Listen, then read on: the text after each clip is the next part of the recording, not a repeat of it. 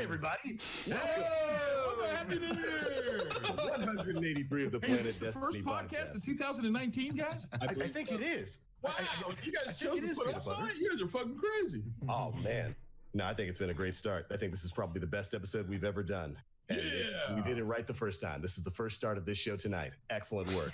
Hi, everybody. 10% of the time, 100% of the time. 100% of the time. Our guest tonight from WTFGameNation, Peanut Butter Toast. How you guys doing? Guys, thank you for being here. Thanks for inviting us, man. That's pretty cool. Yeah, I'm actually kind of psyched to have you guys here. This is a father-son combination on Twitch. Pretty unique. Two funny, hilarious guys who have some interesting, if not controversial, opinions about warlocks. Not us, man. We agree with everybody. We love everybody equal here, man. That's right. Love warlocks. Everybody. Love them. That's right. I deleted all my characters except for my hunters lately. Why? I just it was that one I talked about it 2 weeks ago. I didn't want to see him anymore. It felt like I wasn't doing stuff, so I got rid of him. Life has been so much simpler since then. I've become Amish. Dude, don't lie. You don't have the beard to be Amish, man. Come on. Look, I'm not married yet, but when I am, I'm just gonna get rid of this portion right here. It's gonna be great. You'll be great. It's perfect. Keep the sides and everything. Yeah, be fine. That's Dan Amish is gonna be his Amish new his new Twitter handle. Amish Dan. It's beautiful. Isn't the whole purpose of being Amish to avoid technology? Oh man, then maybe I'm a Mennonite. I don't know. I don't know the difference. A Mennonite or a Men in Tights? I don't. Yeah. Hey. ¿Por qué no los dos? We were just talking about tights, right? We were. See, it all comes full circle here. That's what you call a full conversation, the circle baby. of life. I feel like we need to break into song or something. All the colors only of the if we get to rainbow. lift Aura on Pride Rock. Just Why me? Yeah, why are you picking on Aura? Why am I getting lifted? you are Simba. Listen, I just made a warlock. I can floof. I can literally floof. You don't even have to Wait, hold you me. made a I can warlock? Float there. I can just float there. Well, He made one. I made a warlock. Not because I wanted to, because I want better chances at RNG stuff that comes up once every 6 weeks on when the moon is at its fullest and the tide is at its youngest. And This shit probably sounded That's what he's talking about right there. Yeah. time is at its youngest. Did you say now to start recording? Yeah, Are we live right now? Yeah, we're absolutely live right now. Well, this is pre-recorded, I dude. forget where I'm at half the time. Especially if we're grinding the forge, man. Oh no. If you hear a loud thud, it's me doing the forge. It's my head hitting the desk. So it's like the stream before. It's just at a frequency. Just the sound of you hitting your head on the desk for 3 hours. But only after the 5th blight that we've had to shoot for some unknown reason. Or was talking about The earlier. trick to that, you get a fire team. Everybody goes in their own lost sector and it applies for everybody. It's great. Yeah, I just want to know. Yeah. Yeah, it There's does. one lost It does. sector ever that has a blight in it on No. IO. There's a couple. There's a couple. I know there's at least 2 because Yeah. we did it the other day with 2. And if you can be like me and just stand in between both of them and get credit for it, so you don't really have to do anything. Huh. So in the big scheme of things, Yeah, what are you complaining about? You the don't even forge shoot is the easy, blades. man. You don't just even gotta shoot it. stand there and take a nap while your teammates are. While minions handle it for you. Wow, you call me minion. That's called Yeah. dad. I thought I was a son, but Dad hey, perks. minions, same thing, right? It's like taking out the trash. Isn't that why we have kids? So we don't have to take the trash out and wash the cars? Come on! Son. By the way, if it wasn't for the rain, you'd owe me a car wash. No. Just kidding. Thank He you, doesn't Ray. wash my car anymore. He doesn't live here anymore. Yeah, exactly. He just comes here every day and eats for free. Pretty much. That's awesome. These are the familial benefits. Hey, dude, stay say the same thing close about with your Layla. parents. Stay close. Stay The close with your relationships are good. parents. You'll have free meals whenever you want. It's great. I recommend. These are it to life everybody. pro tips. Save, Possibly save lots of laundry. money. Exactly. Oh, yeah, I think so. Sometimes. Yeah. I mean, my excuse is that we stream so many hours. Yep. Mm-hmm. Yep. I don't have time to do laundry at home. That's an excuse. I mean, you're for here. Trust me. Trust me. Exactly. Take advantage of it while you can. So how often do you guys do this Planet Destiny thing, man? You know, about every week or so. Every week? Mhm. Nice. Every Nice. week Yeah. or so. sit back and complain about the nonsense going on. That's awesome. Is there nonsense going on right now? Get excited. I don't know. I'm not in the know. I mean, has anybody actually played this game this week?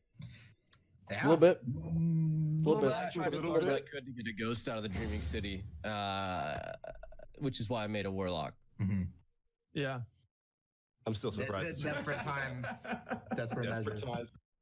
Desperate measures. He had So, to land benefit Mary or Poppins. punishment? You be the judge. Now we were talking about RNG and everything, but I mean, I wouldn't be so excited for being a bad thing, right? But I wouldn't be so excited to do more raids on reset if I wasn't thinking that it's a chance for me to get a glittering key from the raid. Mhm. Yeah. Yes, so I've done every character has done Last Wish since the second week Last Wish has dropped, and I still don't have all the collectibles. but he's got everything else. I mean, we've done Patros Run, we've done everything else. I've gotten By the Raven's Bane on both. week that the last challenge bounty was available, we had both done all the other triumphs and everything. It's literally Really? just collectibles. Yeah, that literally I've been waiting on. collectibles. So I'm just on that. I mean, I think. Are you going to use the collectibles when you do get them? Out Oh of no! I'm gonna principle? delete it. I'm gonna. That ship isn't even exotic. So is it, let me ask you this. Wasn't that what everybody said when that ship was first out? It's not even exotic. Because you're so frustrated in not getting it, are you going to delete it and then pull it from collections to delete it again, and then pull it from collections to delete it again just to prove a point? Sounds like a lot of resources. I'm I not feel that like that's something I would do. I'm I'd be not so that- mad at it. I would want to delete it more times than once. See, I'm over here still liking my ship from the Whisper mission, like the King's Fall ship. That was Oh yeah, that's what I'm That's still my rocking. go-to one that I end up using a lot. But it does stand to reason, right, that you would have to delete it 5 times because you have to go through the same missions 5 Yeah, times. yeah, right? exactly. So if you're gonna do, you might as well go full force and just I don't want the ship because rinse, I like the repeat, ship. rinse, I repeat, want it rinse, for the repeat, title. rinse, repeat. That's what we do. We raid every single week. Yeah. We raid. That's what our favorite part about Destiny. So I feel like I really, And really that's the want thing. the I raid don't- title. I don't know where you guys stand on it, man, but some people like PvP. I know, Aura, you like PvP, or you did.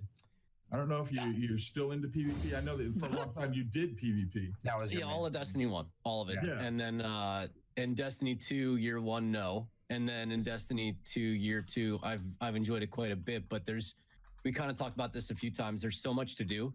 Yeah. So many Mhm. different places to spread your resources, and there is not a good way to level a character in Crucible at all. There's barely any powerful rewards. Mhm. You'll get a prime engram and an exotic here and there, but like in terms of milestones and things to get to rank a character up strictly PvP based, you'll be really behind on the light level curve. Not that it matters right now, but you'd be pretty far behind if you played exclusively PvP and especially just quick play, like was what I used to do. I didn't play a lot of comp. Yeah. See, now I think because I just did the Luna grind, I love that. and I swear everything in comp is a power drop. Every level, Brave Water. Every time you turn over your glory. big one. Yeah. So, but get it it. wasn't the sub tiers, right? and It's, it also counts towards Valor at the same time, I believe. yeah, it does. So It you'll does. get your Valor rewards as well. Yeah. So I think you were getting double rewards because you were getting Valor rewards and glory rewards. I don't know because on Valor for sure your sub tiers don't give powerful noise. I know they do in comp, man. Every comps. level up in comp gave me a power. I was tripping on it. I was like, why didn't I use this before? Why didn't I? For power leveling and stuff. Okay, but I had a good time doing it, and I'm not a PvP guy, man. I'm terrible. Destiny But, PvP for me has always been the place that you go to when you show get off your a guns. new gun, and then it's your shooting range too. Yeah. 1, try it out, and 2, rub it in somebody's face that you Yeah. got in Hey, Mythic look class what I week got. 1, right? Like that's what it was all about from the beginning of Destiny 1 for me. I know that's what I did with the vest. And I've always liked PvP games a lot. I mean, I played a crap ton of Halo and Call of Duty. Yeah. You beat the campaign, and then you only played the multiplayer aspect, right? But I just really felt the heart and soul in Destiny has always been on the PvE side. Right. And then when you want to just kind of have a change of pace, go do PvP. Show off what you got. Well, I think it's fun. I mean, I found new entertainment with the Luna's grind. The only problem that I have is like PC came to town and PC with the Titan skate. It's ridiculous. Pretty good. You can't even do PvP cruise. The Titan, you go to shoot him and he whoop, off. He's wow. Yeah. What the hell is that? I mean, they can They outrun get one Fix advantage, Titan they just stand skating, there and please. tank it. Yeah, I'm a fix Titan main. I skating. love Titans, but Titan skating should not be in the game, especially Yeah, for as long as I it hate is. it. They finally addressed it, like on the TWAB about a month ago. That Yeah. they're working on it. I mean, it took 8 months for them to address it, but And I mean, I know a lot of guys, you know, I mean, a lot of guys do things that they live for those things to get what they do done. Mhm. I'm not a big proponent of exploits and things like that. I don't know if you guys are aware, but I think they even coined the phrase "play your way" due to us. You know what I mean? Just because we take such a stand on it, we don't do any cheese. We've got emotes that are cheese free, and for me, it's all about just the fun and sheer enjoyment of the video game. So why do I want to cheat myself out of that? I don't. Especially when you come to something like raids. I mean, we get excited when there's a new raid drop coming in. I want to fully experience that dad, raid encounter. I mean, it's tough when you separate the dad issue from it all. I don't want my kids to, you know, take shortcuts. You want them to do things the way intended. And it's tough. It's tough because it's not trying to judge others. It's just trying to do your own thing. And in my world, I don't really care about any of the other things that go on other than what I believe. So I stick to my thing and let people do their thing. Yeah. I mean, we spend a lot of time teaching people how to do the raids. That's kind of one of the main things we do on our channel. And I really believe that if you're teaching people how to do the raids, you should teach them how to do it correctly. Arm them with the knowledge of how the encounter goes. Whatever they want to do on their own is fine. But as long as they're teaching new people how to do the raid correctly, right? If you're playing with your friends, do whatever you want, but teach people the correct way. That way you don't get. Remember, like in D1 with Crota, you had the sword bridge. 2 years after. 2 years later, they came out. They came out with Age of Triumph, where you actually had to do it legit. Yeah. I'm not 2 year old raid. 2 year old raid, and people did not know how to do that encounter. Yep.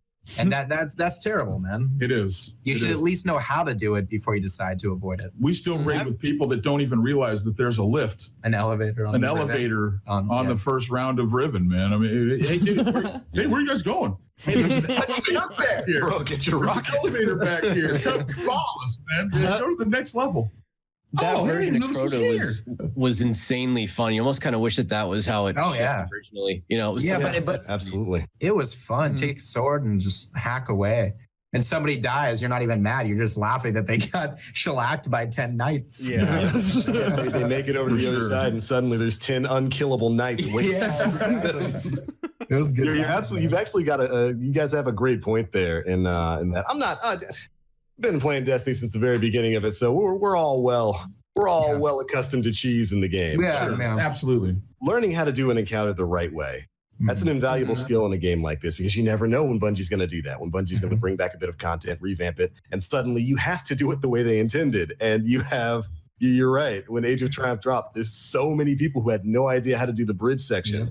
It just makes the community stronger as a whole. If you can go to any LFG raid team, and people who have 10 clears actually know how to do that clear, you know? It just makes the whole entire community better. And after a month, 2-3 months of the raid being out, you should be able to go to LFG and have pretty smooth runs. Yeah, you know? for sure.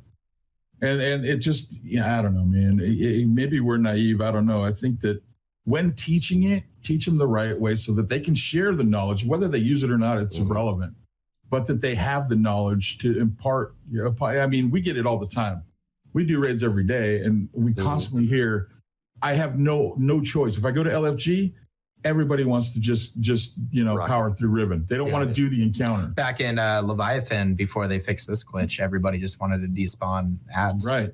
Yeah. I mean, that was the big thing. Oh yeah. Just do the ad glitch and get the loot. But you know what? For the ads glitch, I don't even think through LFG I encountered many people that had issues with that, unless it was more prominent towards the very beginning of when Leviathan released. But for the most part, it was just doing that, legit. Sure. And I think at the end of the day, it makes you a better raider, right? If you're doing all the encounters and you're up to speed, and it doesn't take a whole lot. I mean, there's not a whole lot to learn, and I don't learn new stuff every day. I don't know what the landscape of LFG is like right now. The first year and a half of Destiny 1, we raided on LFG. That's how we found the majority of our raid teams. And then we just got sick of people not wanting to do the full encounters, or people treating like young kids like crap. Yeah, you're a squeaker. booting Get them. out of here. We started streaming. Kid's better than you. What are you? Yeah, exactly. He For? most likely is better than You're the guy the one that keeps booted him. wiping us. Why aren't you booting yourself? But we started streaming so that we could like actually have raid teams. That was the goal. Yeah, You know, that we was wanted to have raid teams that the we could core of hang the out with. stream. I'm tired of going to LFG. Let's Yeah. just stream. Let's make we our can own get people raid that want to teams. raid everyone. And then let's help people and then, you know, teach them how to do it. And Voila. it's really cool. So, but I don't know what it's like now. The only thing I know about LFG is based off of people that come into our community, what they're talking about. Like, oh, Right. I did an LFG raid last night. Couldn't find anybody that wanted to do it legit. Yeah. I think probably right now the biggest thing that I find is when I'm trying to do Last Wish, a lot of people seem to not want to read on Vault. Yeah, I could see that. It's the relic holder on Vault of Glass or the Sword Bearer or one of those big jobs. Well, and let me just say this as well. There's a lot of people that guide people through raids that make them ad clear. I mean, let's be honest. Here, I can carry you. Here's the thing. People think that it makes them more skillful or appear to be more skillful if they can carry somebody through. We don't have that. We go through and we're like, okay, who wants to take a prism? Who wants to do a plate? Who wants to read a picture?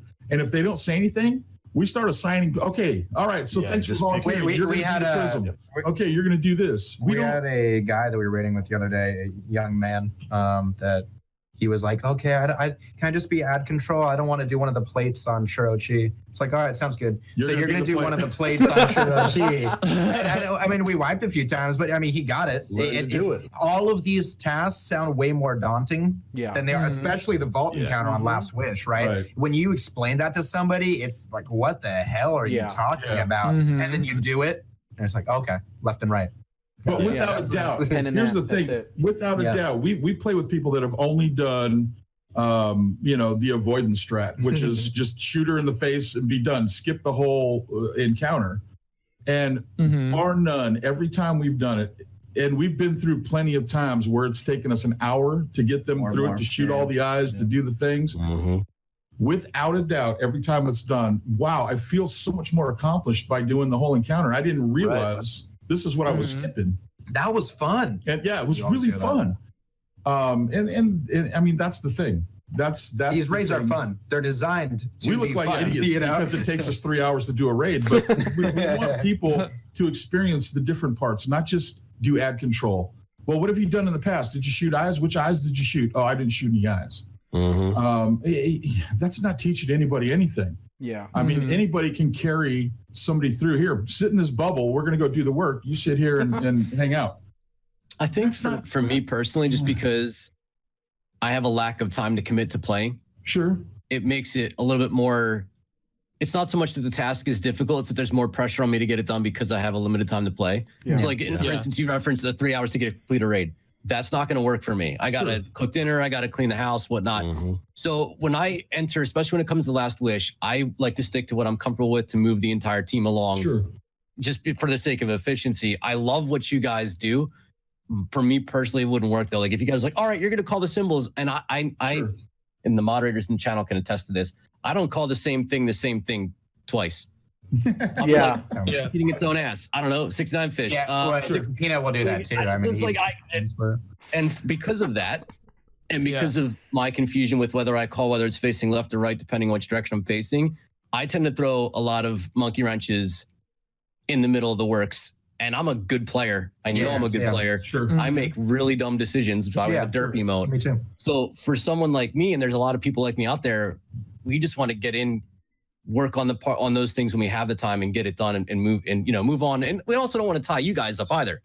Sure. Like, as you guys trying to do what you're doing for the community, me being there like, no, teach me whether I call it the seaweed sushi machine or it's like we got a new one. Yeah, we best now it's fish swimming through bacon. We got that 2 days ago. Bacon, that's amazing. I think I did. Yeah.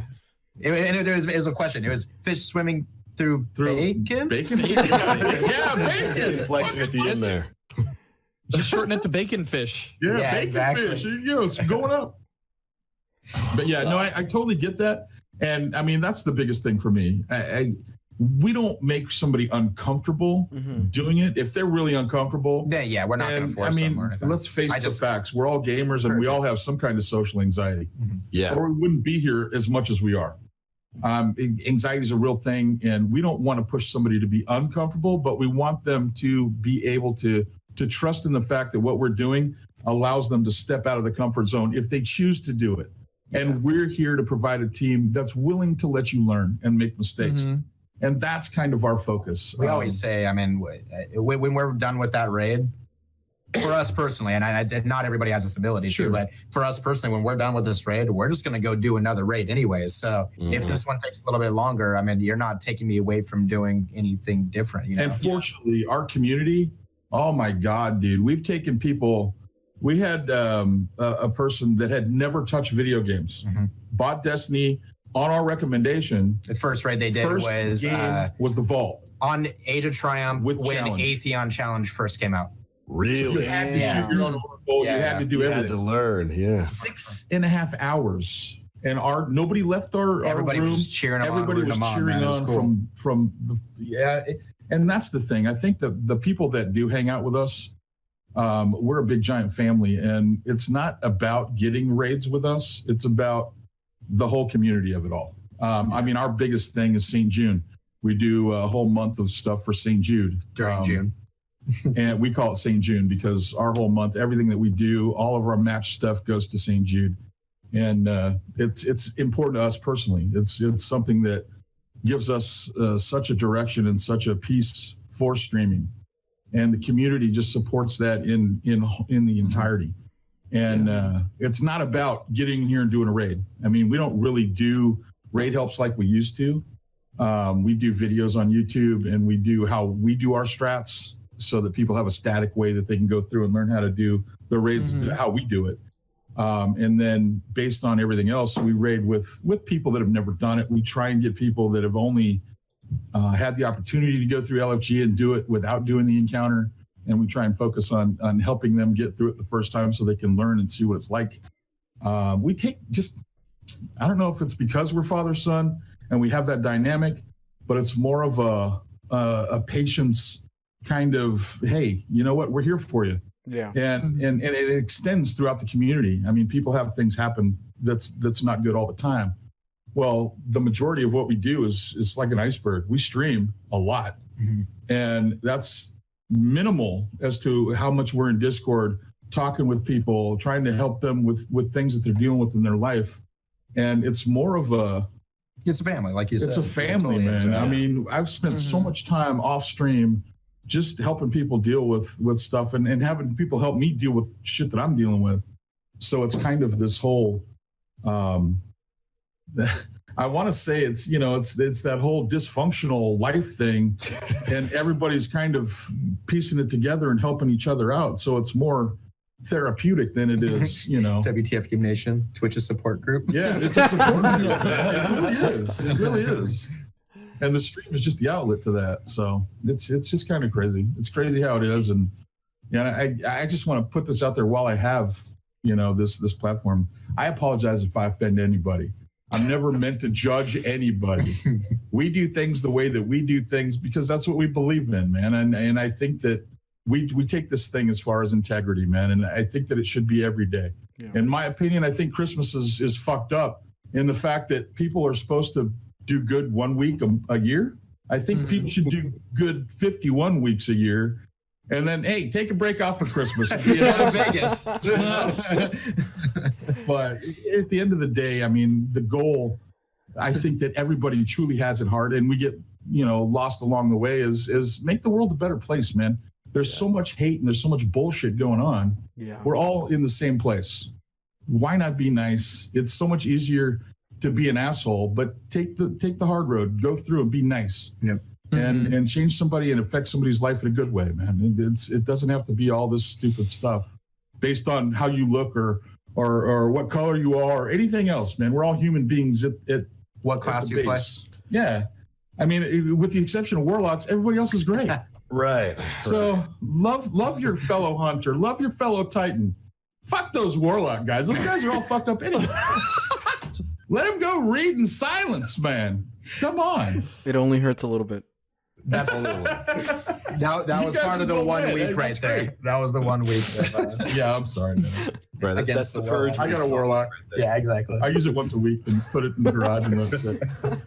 I use my warlock once a week, hoping it gets me my glittering key, so I don't have to touch it till the next. Yeah, it's update. my vault. It's my vault. It's my that's where I hold everything. forever. Placeholder.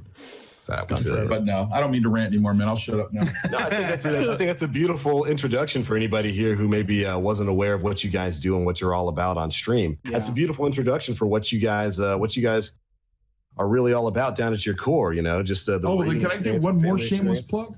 plug? Yes. Bring it in, man. Okay, Jump it on. so WTF Game Nation, you want to know what we're all about, man? We're all about friendly fellowship, companionship, patience, and let me just say this, man. Our community, as small as it is, in the last 2 years, which we've been streaming for 2 years now, or almost 2 years, have raised $150,000. It's now over $150,000. Over $150,000 for St. Jude in 2 years worth of. The first year that we did St. June, we were at 18,800. Yeah. And then last year, in that month, we raised like 67,000. And then we had a block on the Guardian Con charity runs where we had a 4-hour block. That was another 65 or something like that we raised. And again, That's incredible. Yeah, we're going to be raising money with Mine and Ms. Bife who again was this with year. us last year, yeah. So the Gleason threesome will be out to you more. And actually, to that, one of the goals on the Guardian Con block was if we hit 50K, Bife and I have to go skydiving. So that's happening next week. We're actually flying out to Memphis to go visit St. Jude, donate blood. We're going to try to get as much footage as we can of what they do at that hospital so that we can kind of use it they're to allowing show us to you do some guys filming. It's the gonna be really amazing cool. stuff they do That's there. really And then we're cool. jumping out of a plane as That's well. awesome. Culminating jump in out the of an jump airplane. plane. And get to jump out of an airplane. And it's all going to be on video. Bife's going to put it on his channel. So if you guys watch My Name is Bife, shameless plug for Bife. Bife's a good dude. And it's going to be on our YouTube as well. So keep an eye out for it, man. You're going to see toast falling out of the sky at terminal velocity. That is terrifying, and I Awesome. believe in you. Hey, dude, Thank you. I appreciate this. if they would have done it here, I would have gone up with them just so I could put both my foot in their asses to make sure they got out the door. So there would be no hesitant. Yeah, as long as so I'm using a GoPro, as long as I don't jump down and then look back up and don't see Bife. Yeah. As long as he comes out with me, I'll be good. You baited. Yeah. Gotcha. We were talking about that too as well, because some people say that when you jump out of a plane for the first time, sometimes you might piddle yourself a little bit. And Bife's like, well, it's going to be interesting to have the perspective of the guys that on the first jump, you got to be tethered with a professional. Mm-hmm. So it'll be interesting because they're going to do the footage, they're going to film, as well as the GoPros on these two idiots. And it's going to be interesting because they're going to be like, oh my God, oh geez, and the calmness of the professional that's out there. So you'll see the both. And the freaking erratic, and looking around in panic. He was like, well, that way when we're going crazy, just shitting ourselves. And I said, well, make sure if he shits himself, Toast, you got to get video of that. Absolutely. Goddamn, what the hell, Bife? What'd you do? Diapers, guys. Yeah, well, that's what I told him. Sky diapers. Get some skydiving. Honestly, that might be a really good business idea. And I like That's that. it. We got it. Copywritten as of now. Well, we did come up with the non-intrusive gaming catheter for gamers. It's called Oh Game my On. God. Yeah, it's called Game It's On, called man. We Game had a On. whole commercial worked up and everything where the Yeah. little guy calls his friend, Jimmy, new game's launching today. It's Game for that on? next Game Destiny on. release. Oh man. Oh, that's amazing. No time little to bit stop gross. gaming. Yeah, Yeah. it's kind of a little bit gross. But But sometimes you do what you gotta do, man. you know Are what? you sick of your build a gaming 18-hour chair gaming before I went sessions full being cap. interrupted by the bathroom? That's I 5 just put a precious bedpan minutes right of here. leveling. Hey, that could be 10. That could be 10 minutes away from gaming if the wife Yeah. stops and wants to chat for a minute or two. Yep. On the way to the restroom. It's happened, man. Get caught out in the bathroom. Yep. Exactly. Game on. I like it. I think that's Game marketable.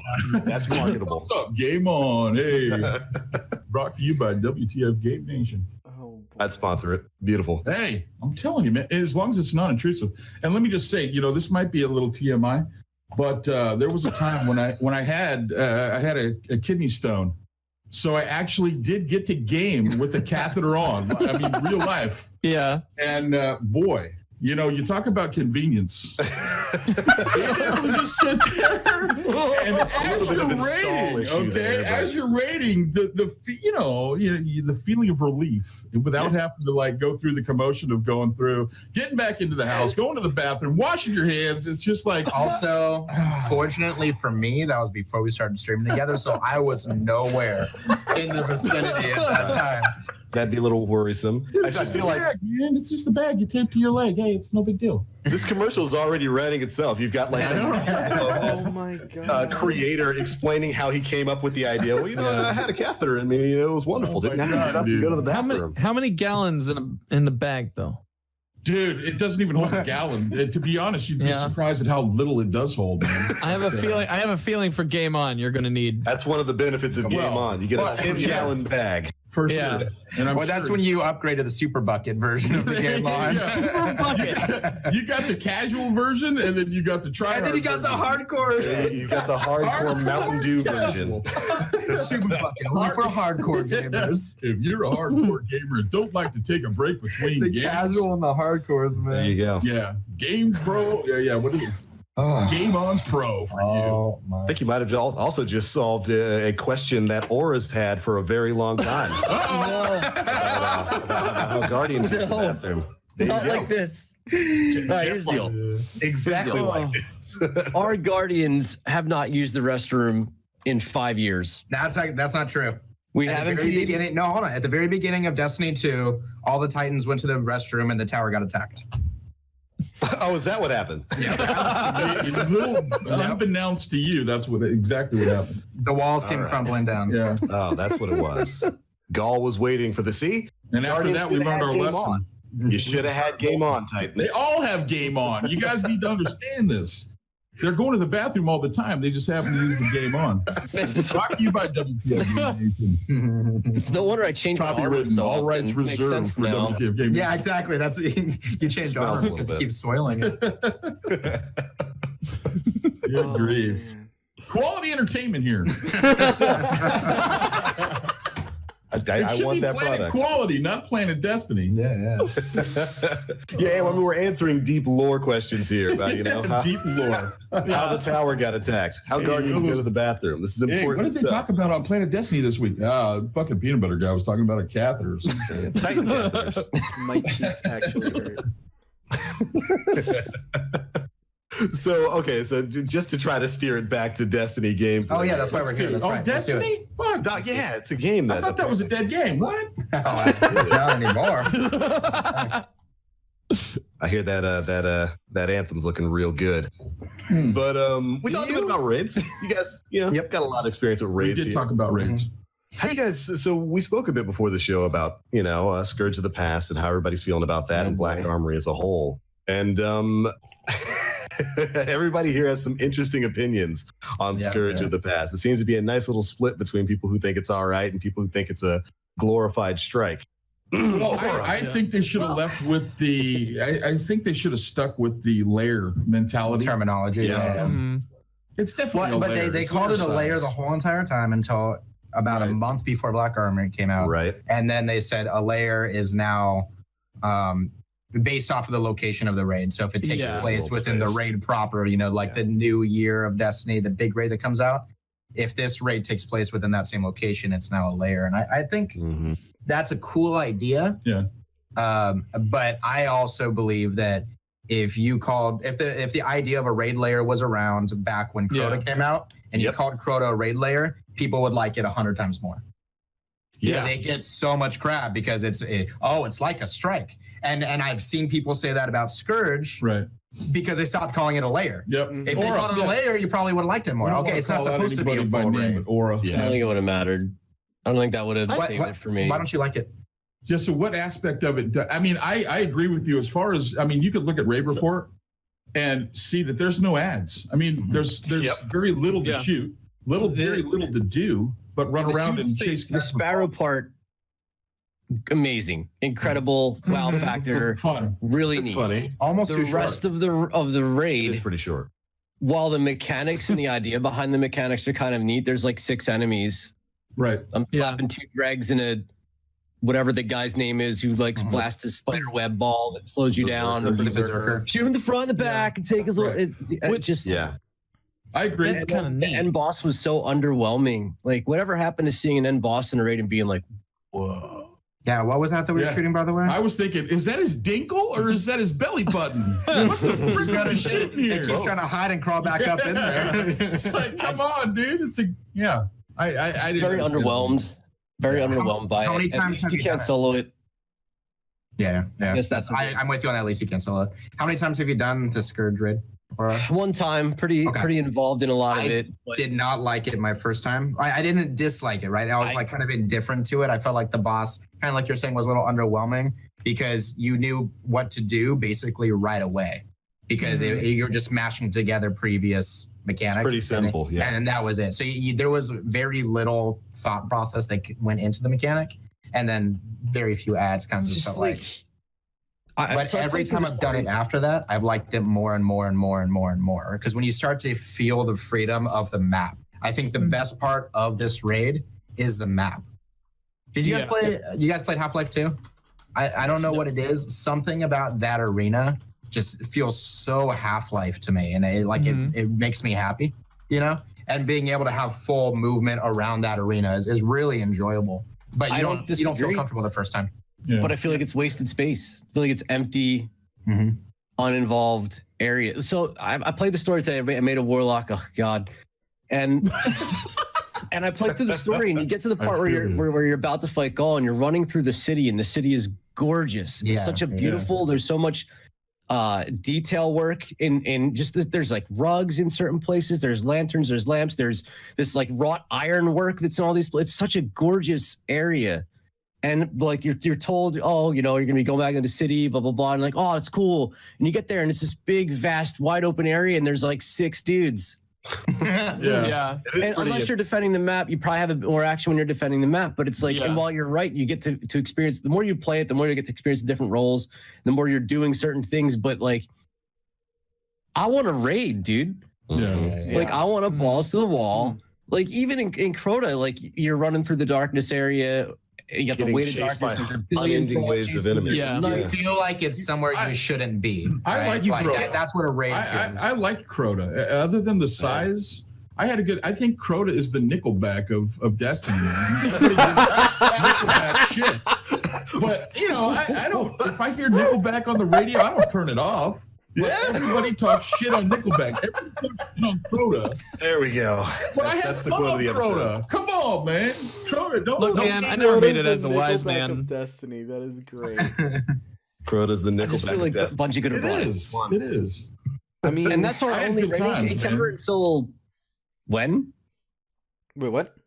When's our next raid gonna hit? It's summer. They're thinking summer? June. Yeah, June. it's gonna be towards that season of the Shadow or whatever. Penumbra. Yeah. I don't know. I played through Scourge. I wasn't one that was like when I saw Scourge, I was like, I don't really care too much for it. But a good buddy of mine, Zia, was like, hey, you know, you want to try out the new raid? It's like, sure, why not? And as I was going through it, like as Aura mentioned, like the initial city is absolutely beautiful, and it's cool to be a part of it in there. But we finally see it, yeah, and it's the music as well was pretty great when you're first loading into the raid. Oh yeah, Fiddler on the Roof, yeah. But yeah, the fact that it's just the almost like the same mechanic in the basically 2 end zones of the raid because it's like at the beginning and then at the end. Because honestly, let's be real, the Sparrow section in that raid was just to appease everybody with a little teaser of who wants SRL. And also, people have been asking for a place where you run away from ads in a raid on a Sparrow since Crota. As soon as we got the Abyss, you know, people are like, "Oh, I would love to just run," and they gave it to us. Yeah. As far as the last boss, as somebody who's a Metal Gear fan, it was pretty cool to see a robot, you know, type of boss. Metal Gear. That's funny. Our first reaction was, "What the hell is this?" I saw that in my initial reaction to seeing is like, "Where's my stinger?" Metal Gear fans will understand. But you know, I thought it was all right. I mean, I'm not too keen on like Fallen like raids and aesthetics, and the armor isn't for me at least that Mhm. special. Yeah. I don't know. Yeah. You're a hype The- boy. We get it. The warlock helmet just looks like you got smushed, like you just like straight up like ran into like Mhm. a wall. And I don't know. I Oh. wasn't just too crazy about it. Yeah. Nim, Ugh. can we just abridge this really quickly with a complaint that I had with you yesterday, actually? Just when it comes to the armor there, because when I ran Scourge with you the other day, and I got a grand total of 2 helmets and 2 class items. Thanks, Raid. Yeah. The armor in D2 when it comes to raid gear, holy crap, is it a far cry from what we had in D1? bleak. Yeah. It's Well, incredibly bleak. Nim and I, we played D1. We started new characters on D1 yesterday.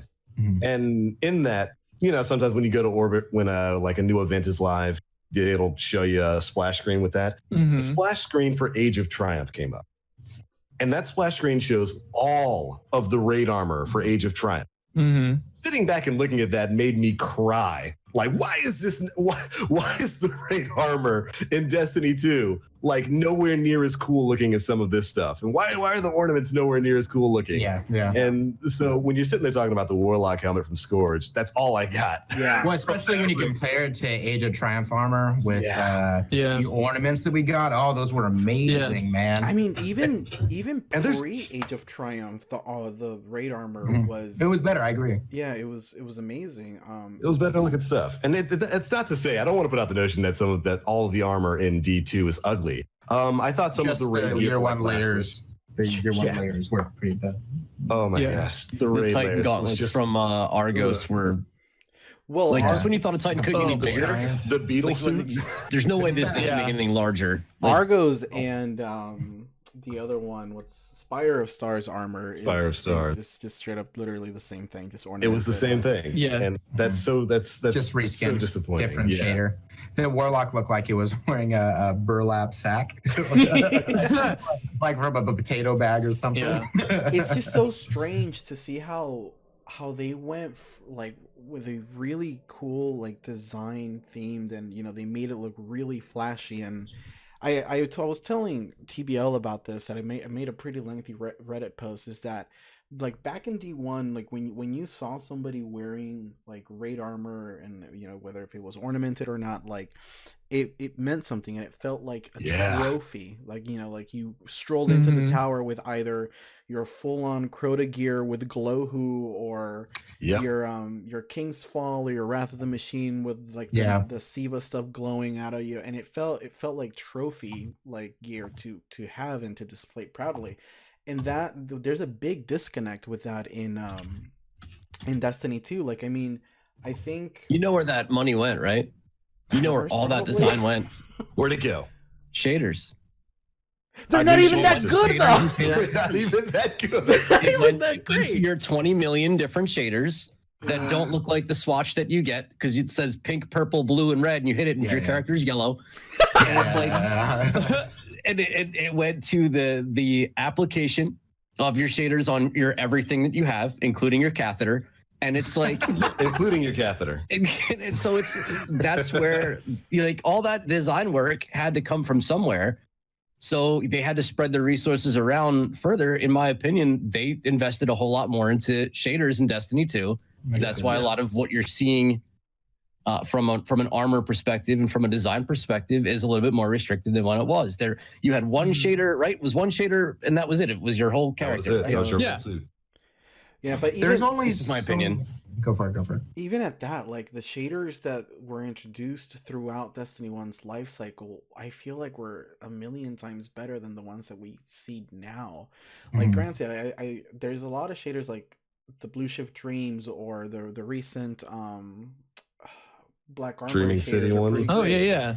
Like Those those are are sweet. Those are cool. Like those are neat. But Yeah. like I don't know, that a lot of the shaders, like I mean, Thunder Devil, God of War, Glowhoo, now Yeah. Oasis, Chatterwhite. Chatterwhite, Yeah. like I Any don't of the know. ones from SRL that Yeah. turns you into an actual nightlight. Yeah, Or Yeah.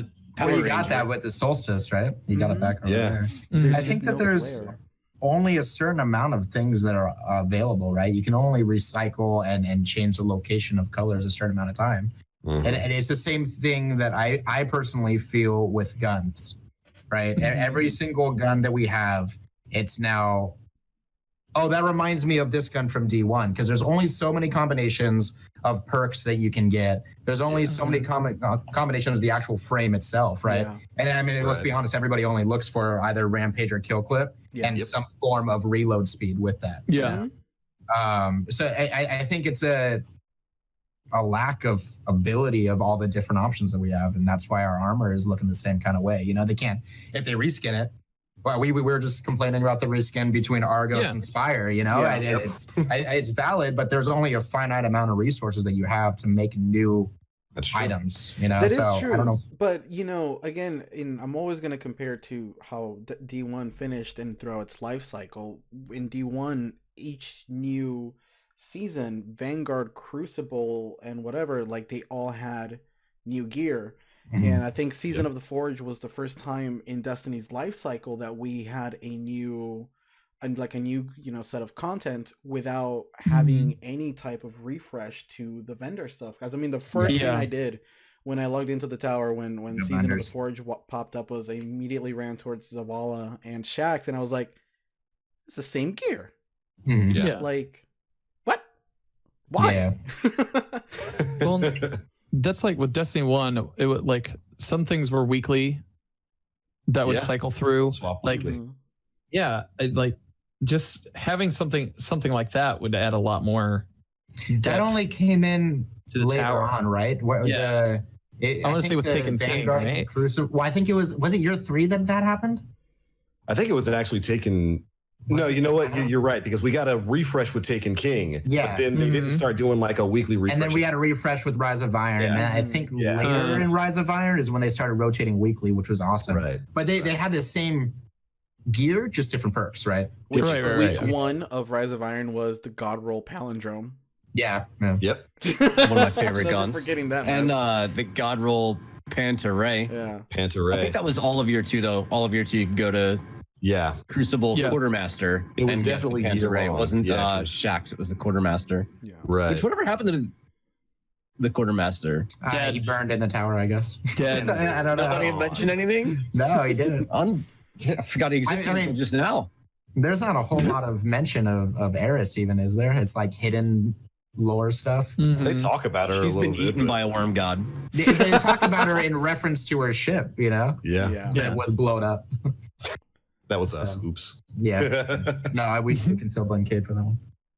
Yeah, you know, I mean, I think there'll always be in a game like this, in a looter shooter, the drive for more loot, for more stuff, for more unique looking things, especially with new content. Especially with new content. And I think some of that is, of course, healthy. You know, I think it's perfectly, that was a perfectly natural reaction, Nim, to jump into Black Armory and be like, where's the new stuff from these vendors? Wait, when was the last time the planetary vendors had any sort of refresh? When they introduced bounties, that's it. Yeah.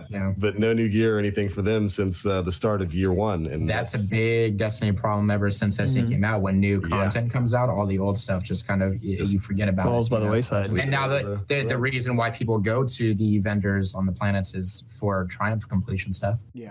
That's the only reason why you would go back to them, if you realize that there's a random sidearm that you're missing. You know? I had to farm a couple things for collections. I didn't play all of year 1 on PC, so I'm going back trying to like Hawthorne's only from the EDZ from Devrim or activities within. So like there's been small reasons like that. Hawthorne's actually a good weapon in year 1. It was a very valuable weapon. But like super good, yeah. That's really about it. Yeah, I grab bounties when I'm on a location for a long period of time, or if for Ikora I need a couple extra bounties just to finish out. Yeah. To get that powerful gear. Outside of that, don't grab anything from in general. And then you just do it wherever the flashpoint is. You just exactly that vendor. Yeah. Just get that. And now with Ada, like you get like 5 more chances. Like you're able to stack that a lot sooner. So Ikora, you're able to get her powerful gear earlier in the week. Yeah. Right, with the extra bounties. I feel like one of the biggest things that people talk about a lot with Black Armory is the delayed content, the time gated content. Like the last word. Because you like or any of the forges or the last word or any of the stuff that's coming out. I'm sure there's some secret stuff we haven't found yet. There's still the two exotics, Possibly. right? The sniper and the Mhm. what is it, Jotun's hammer or whatever it's called. Diffusion rifle. Yeah, sniper, yeah. Last word. I mean, we haven't seen that anywhere, so we're assuming that it's tied to the upcoming stuff with the Forge. But right. I think that time gated content is totally okay. It keeps people coming back over the year or over the weeks, as long as there's also new stuff to play as the DLC happens, right? Right. And I mean, we talked about it a lot within our community. If you took the 3 Forge missions that we've had so far and flipped the order, so the 3rd Forge was the first quest line, 2nd was still the 2nd, and then the 1st was now the 3rd, right? You swapped them. Yeah. I think there'd be more for people to do on day 1 of Black Armor, so they wouldn't feel like it's just another day of Destiny. It's My just vendors don't another have quest. anything. Yeah. And then by the time you're sick of opening up Forge quests, you're on the 3rd week where it would be the shortest one, right? It's only the frame. Yeah. I think that would be a lot of people would have had more enjoyment from that. We were talking before the podcast started about just it being busy work, though. Yeah. Yeah. I agree with that. Like you're reusing old places to go to and doing random stuff there. Go kill a thrall. Yeah. You know that doesn't really make any sense why we're there. It's for not that engaging. purpose. Yeah, It it's was not just because we've tedious. done that for the past 5 years. We've killed thralls. You know that's nothing new. One of the So most frustrating things with Black Armory was signing in and having to do miles. Like when new content hits, the last thing you can do is things you've been doing for the past however many weeks. And when you go from Forsaken, which was a wonderful narrative, just a wonderful narrative, to none, to no story whatsoever, exactly. except for Ada telling you a few bits and pieces and some lore to go back if you want to dig. Not everybody has time to dig for it. Some people just want to be presented with a storyline and narrative to follow. And there really wasn't one that came with Black Armory. There's probably not going to be a whole lot, maybe, that comes along with Joker's Wild. We don't know. I mean, there's definitely a story to be told with the Joker background lore. or stuff. the Drifter, it's background Joker's stuff. Wild Drifter, Travel. Anyway. But that's to be fair. They have also talked about that too, right? They had said that there was no story that was going to take place during these. You get your big stories during September. So credit to Bungie because they haven't been good in the past with communicating with us what to expect. Yeah. So at least they communicated with us what to expect here. I just feel like we also had higher expectations. You know? With that though, too, Posed our own stuff there. with that, being said, if we look at the past DLCs, the quality of the story of the narrative that they have put out, packed in 4 missions, feels like an injustice to some of the characters that they're using. Like Osiris, Anna Bray, like those two are like key characters that have a lot of lore behind them, and we saw them for a total of like 4 missions.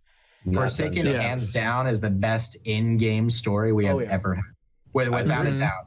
You know, and people would say Taken King is a great story too, but even then, all it is Oryx is mad because we killed Kronos, so he's coming back too. Like it feels very petty for this omnipotent god, you know. Like it feels very, very petty. But you know, and so they're go for it. Oh, you know why too though? There are kind of like rumors that Taken King and Oryx and the Dreadnought, all that stuff was originally set to ship with the vanilla. Yeah, that was part of the base. Yeah, that's true. Yeah, because like and then all that stuff got pushed back. Yeah, you know? so I don't know if you guys remember in the final fight of the story mission in Taken King, there's like this big device off to the side of like the room of where Oryx is.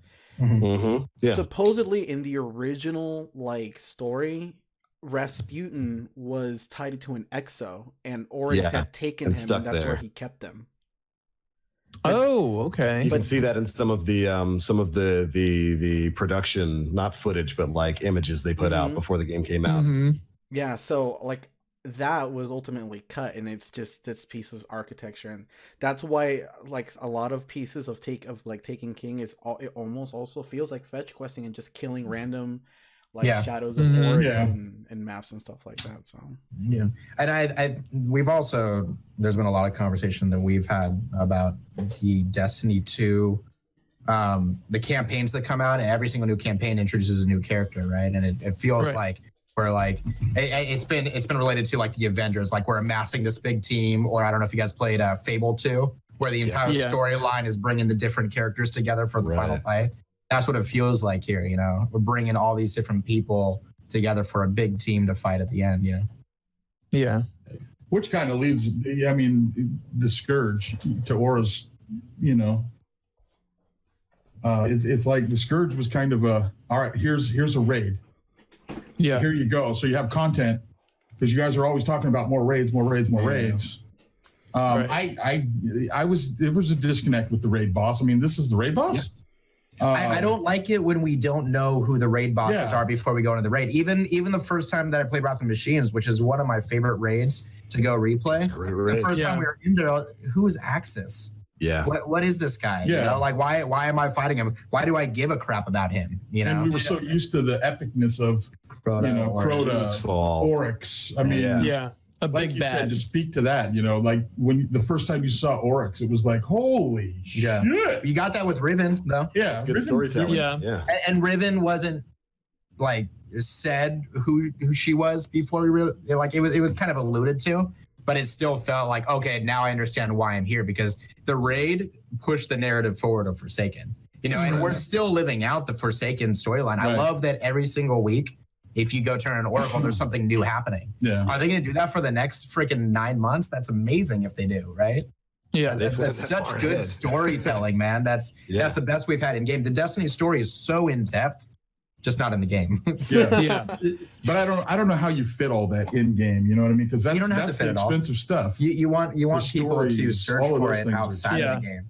You know, it's one of those things where someone was I think it was Carol Lee last week was asking like how you look at the lore in the game. It's like you just have to find a corner and start peeling at it. And then after you do that, you start finding all these little nooks and crannies that touch characters that you wouldn't have even thought about to begin with. It's like Song of Ice and Fire, you know. All these characters relate somehow. You just have to have the patience to actually read the Bible. Well, how many novels? It's like lineage of the Bible. How many novels were done on Halo? You know, Master Chief and the whole deal. I still wonder why there's not any with Destiny. The story we have the graphic novels, and then people argue that the graphic novels aren't legit storytelling, like it's the side. Yeah. I think you need more of that, more places to go to define the story. Yeah. You know? Yeah. So now that, you know, I don't want to say we're coming off the heels of Black Armory, but we're approaching the end really of what Black Armory brings as a whole. Like other than raids, what do you guys get on for, you know, like on a daily basis in Destiny? Completions. Like, anything you guys are chasing? Collections. The Monarch, the Powerful Forges, God Roll, pieces of, you know, whether it's the Blast Furnace, which is a really hot commodity, the Kindled Orchid, which is a hot commodity, threat level is something a lot of people are chasing. Even right the sword was one that people were chasing for too when it was the frame that week. Oh yeah. Last week, surrounded and all. Yeah, on a sword sounds awesome, you know. Yeah. But you guys want to hear my answer? I'm gonna shut up right now and drink my coffee. So we. Is habit anywhere in there? Yeah. I think it's been how many years, man? I've created a habit. Part of my day revolves around Destiny. Fuck me. I think 5 weeks, I'm not making 5 years excuses in, for it really is habit stuff. But I go on because I enjoy raiding with people. As many times as I've done the raids, there's actually still stuff I'm looking for in the raid. So that's a big part of it. And then the Forge sounds enticing, but by the time we've finished the quest line to open it, I'm already sick of the Forge. Even though I haven't done the Forge, I'm already sick of it because that's been in my mind the whole time. So we say we don't like the Forge, but we've done the Forge 5 times. Here's my thing. I have never been a proponent of random rolls, man. Random rolls, in my opinion, we're playing the same mission over and over and over and over and over. And you go back to, why am I doing this? So I can get this gun and delete it. Because how many of you had the God roll, and I say God roll, you know, very loosely, whatever the God roll is, how many got that on IS Luna? I mean, how long did I chase that? I never got one. I couldn't even get Nice Luna to drop. Yeah. I had time to talk about how I deleted 30 of them. Yeah. Probably are. Probably. So the thing about a God roll weapon and the thing about that makes Destiny so unique is that not every God roll weapon is good in your hands. Right. I couldn't use Ice Luna. I was a palindrome player. If I was going to use hand cannon, I'm going to get it done with the palindrome because I'm going to hit my shots. Doesn't matter if I have a God roll Ice Luna up. The kick pattern was too much for me to overcome. It's going left. It's going right. It's going. I couldn't do that. The thing about the Pally was it was the same recoil pattern every time. I can compensate for that. I can play with that weapon. I'm the same with Cade's gun. So it's like the thing about. And I have to disagree about with random rolls because I think you're playing a looter shooter. The God roll is something to chase. Whether or not the chase is fun, I don't know. Like, I'm trying to think of the right way to say it, but like, see, for me, Borderlands. I've never farmed for one. I've never really farmed for a God roll. I've been lucky enough to have them come from whatever I was doing that day. The first blast furnace I got was Feeding Frenzy Kill Clip. Very first one I got. I think that's the problem with and I random was like, is this good? Is it a good gun? I don't. All right, cool. The random, nothing against friends and all, but fuck you. The problem with random rolls is that every single gun you're looking for the same perks. The random rolls don't matter to me. Yeah. If I'm gonna have that perk already on the Midnight Coup because it came with Rampage and Outlaw, you know. Why do I need to go chase for another gun that has the same? Bungie's job at creating perks that make them worthwhile to acquire. That's what I'm getting at. So, and I think random rolls are just generated rolls that are, and are they truly random? In my opinion, maybe they made 6 random rolls, and of that 6, those are the ones you get. Is it really a pool of everything can be, comboed in one? I think they made 6 guns with 6 different combinations and called it random. It might have been better to because we were talking about vendors a little bit earlier. If you had taken those, say, 6 versions of that gun and gave it to the vendors each month or each season, swap it out. Yeah, just swap it out with one of those rolls.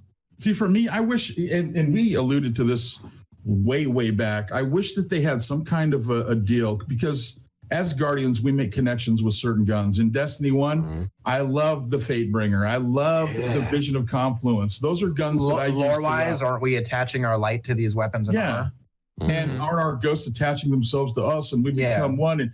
And I want a gun that I start off with a base gun. And as I use the gun, as I like the gun, it opens up at certain levels different perks that I can add myself. And maybe you have to farm for materials to apply that perk. I'm okay with farming. Play the game, get your kills. They have kill, the counters and everything else. But play the things and do these quests along with your gun to add perks to the pool that you can actually go through, interchange maybe. At 100,000 kills, you get whatever combo you want.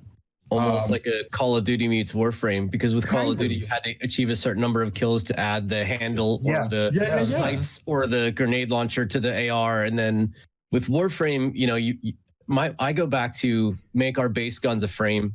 Give us the ability to add the modifications that we deem fit to create the weapon that we deem fit for the situation that we are going to be in. That'd be great. And that's what I've always expressed. That's what I want. Let me play the game because I don't know about you guys. And MMO style is to farm the same shit over and over and over. That bores the tears out of me. I can't tell you in leveling up, doing, even the milestones. Oh, hey, what are we doing? Oh, we got to do 5 strikes. Okay. Oh, we got to do 5. What are those little secret cave things you got to go in? Lost Sector. Yeah, Lost Sector. Let's go do the same fucking lot, and let's look for the fastest one so we can just blow through it anyway. Yep. It just bores me to death.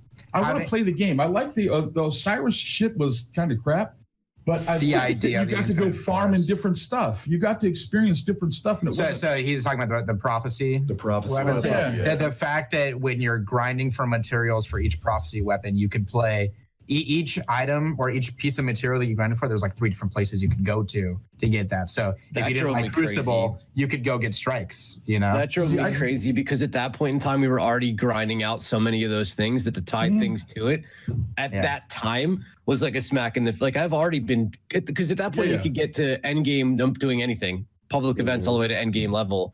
So already doing a million public events. So to tie these things to more public events, I was like, please give me something new, please. But I mean, if they started that where you just played the game instead of having you do that and then adding more on top of that, just start with that. Because the thing for me is I like the game for different reasons than you like the game. Let me go and play the game the way that I like to play it and still earn what I need to earn so that I'm happy. I'm happy doing raids. Let me, and this is the thing, like with the faction rallies. And with the dawning. The dawning is what I was going to say too. The I think the longest dawning did a good job content, with that. it takes you longer to do a raid than any other content. Mm-hmm. And you get the least amount.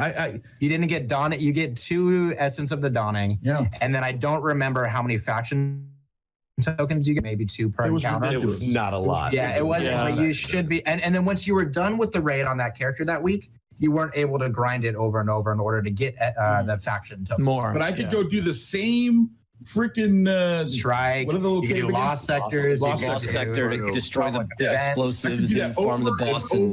Over and over and get it. But I can't do a raid over and over and over and get it. I mean, I feel like if you Sometimes go I just to a want to faction, bludgeon the incentives guy. You know what I mean?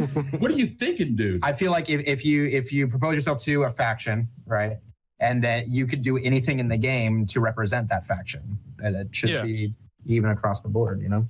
Is the faction rally even a beneficial thing? Like healthy competition, absolutely.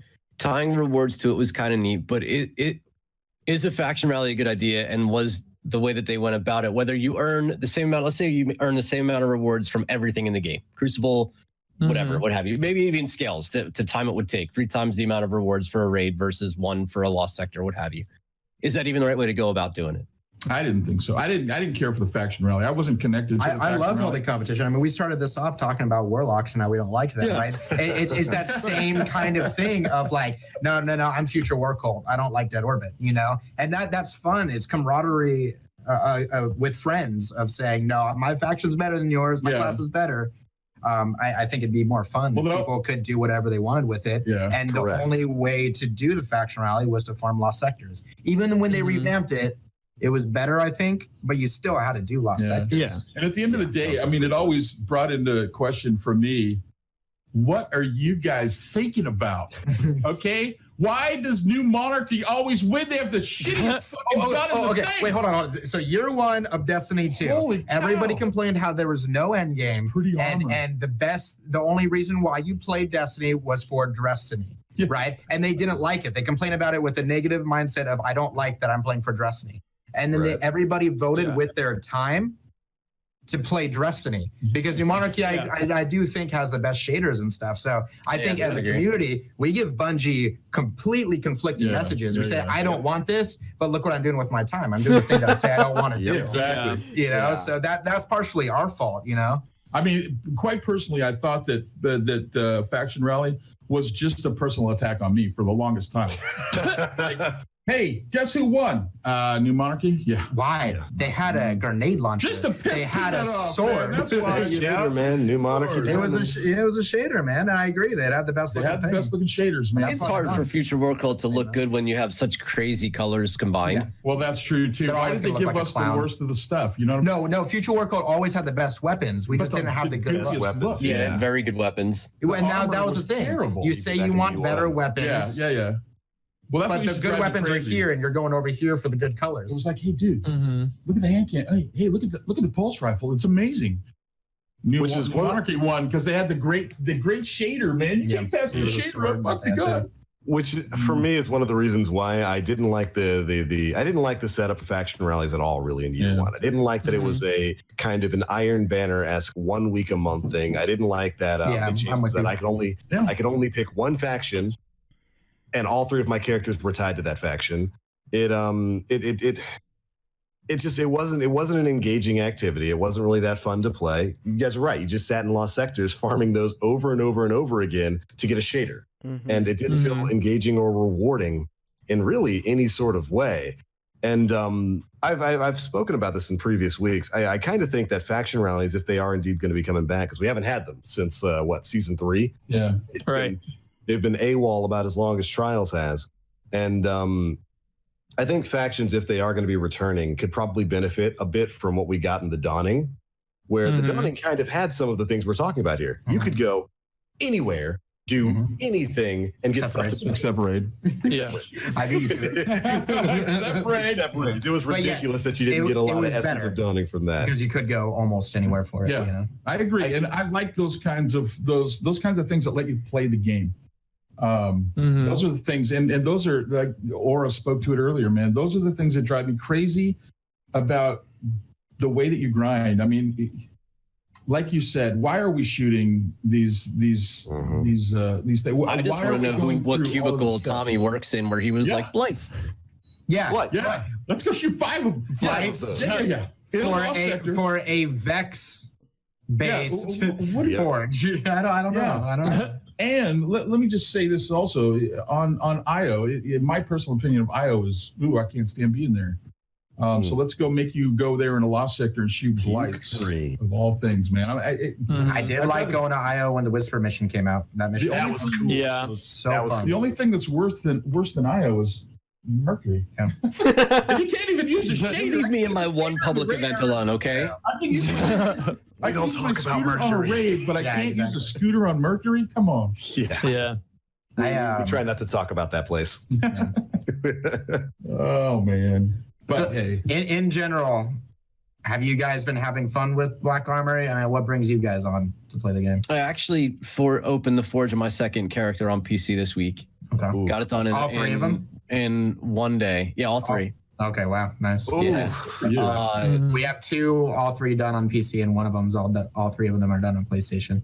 I forgot how to do it like halfway through, like what the steps were and whatnot. But I want the Le Monarch, and like once I get it, I might forge the other weapons just to have them in collections. But I'm gonna be done with it once I get the Golden Goose, which is the exotic. I'm probably not gonna be paying much more attention to it than I would other than maybe trying to farm other powerful drops for other characters on the way. Like my Warlock is brand new. God help me if I actually open a forge on a third character. But Yeah. once that's done, once I've got everything, like I don't see an instance where I'm like, dude, I gotta get a god roll sword so I can have surrounded and be in the middle. Like I already die so often. Yeah. Like why am I gonna throw myself into the feet of a bunch of enemies? Yeah. Right. Yeah. It's not like we're getting the or it's not like the sword has the attack that the Dark Drinker had. Yeah. Right. Yeah. I'm gonna get surrounded and I'm gonna swing to the win. sword and get however many shots. What is it? How many actually hits like did it 8 have per hits. swing? Yeah. How much? For the spin to many? win, it was Yeah. like 8 hits. Yeah. So like the new sword doesn't have that, right? No. Right. Last I checked, we don't have Mhm. the exotic swords we have are nothing compared to.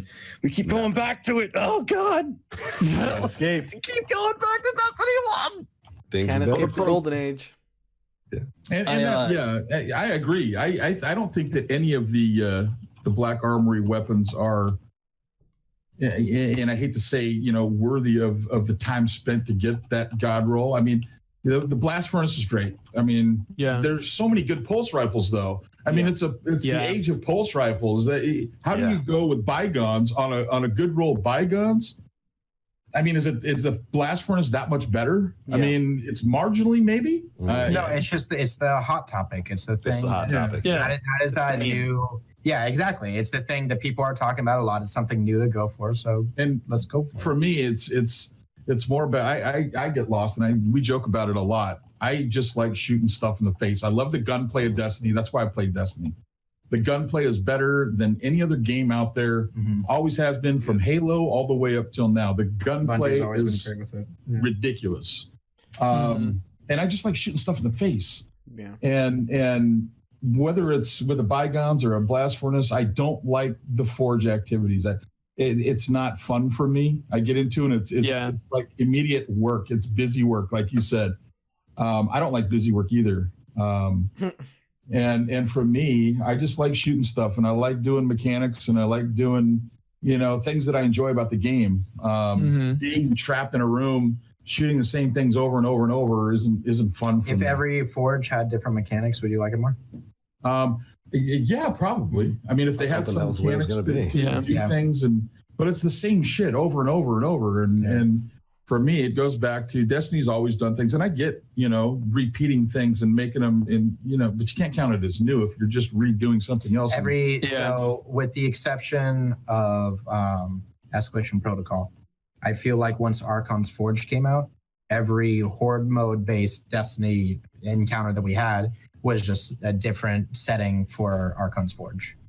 It's the same kind of idea. I mean, there's like small rounds, you know, in between, and there's a big power weapon you get. I mean, Escalation Protocol saw that same thing, but there was a final boss at the end that had mechanics, kind of like Court of Oryx, right?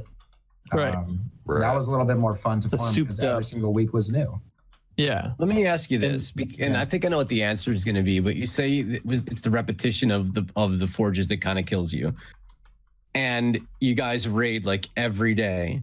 So what is it about the repetition of raiding every day that is different from running the forge? I think it's the mindless repetition. The interactions with the people in the activity. I had a funny feeling that this was where you're going to go with it. Yeah. It's. I feel like with raids, there is this. This is a hard encounter that we're doing.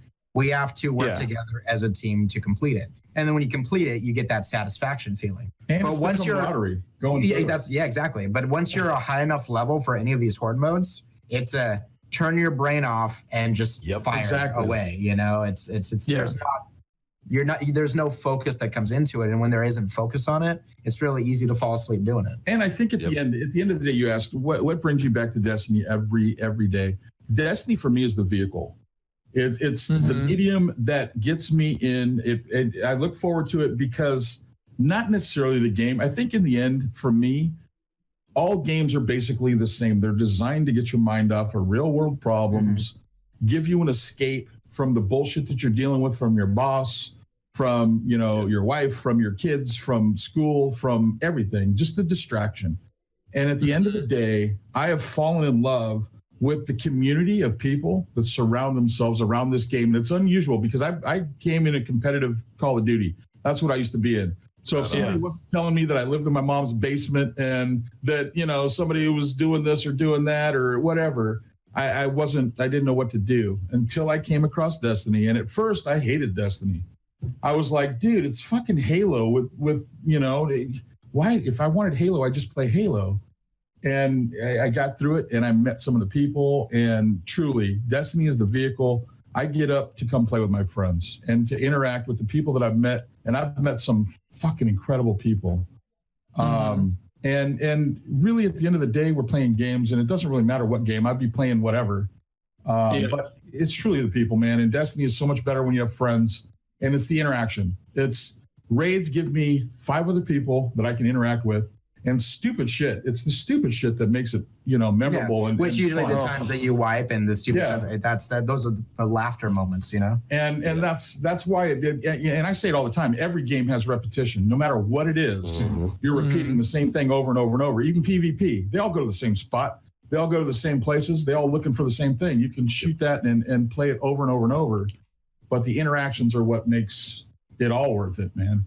It's what keeps me in the house instead of at the beach watching the waves, Well, first of all, I agree with you. Secondly, when you talk about how the Forge now is like shut your brain off and just kind of play environment, for a lot of people, that's kind of what they look for. There is a massive population out there that really just wants to come home from a day's work or a day at school and just shut their brain off and slap aliens in the face. And the Forge is a really good environment for that. Also, solo players. The Forge is a really, especially like now, it wasn't at launch, but it's a good place for solo players to get involved with the community and be involved in something that is meaningful and giving them a chance to. There's something to be said about knowing exactly what you have to do to earn a weapon. Like with a Bygones, like what is it? Is it the Gambit pulse rifle? So you have to play Gambit. I don't know if you played Gambit solo lately. It ain't good. But so it's like the Forge is something I can go into solo, and I know what I have to do to acquire this weapon, and no matter what, I'm going to get one. I guarantee you I'm going to get one to drop. I don't know what's going to be on it, but I know what I have to do without a doubt to get it to drop. And it's a raid.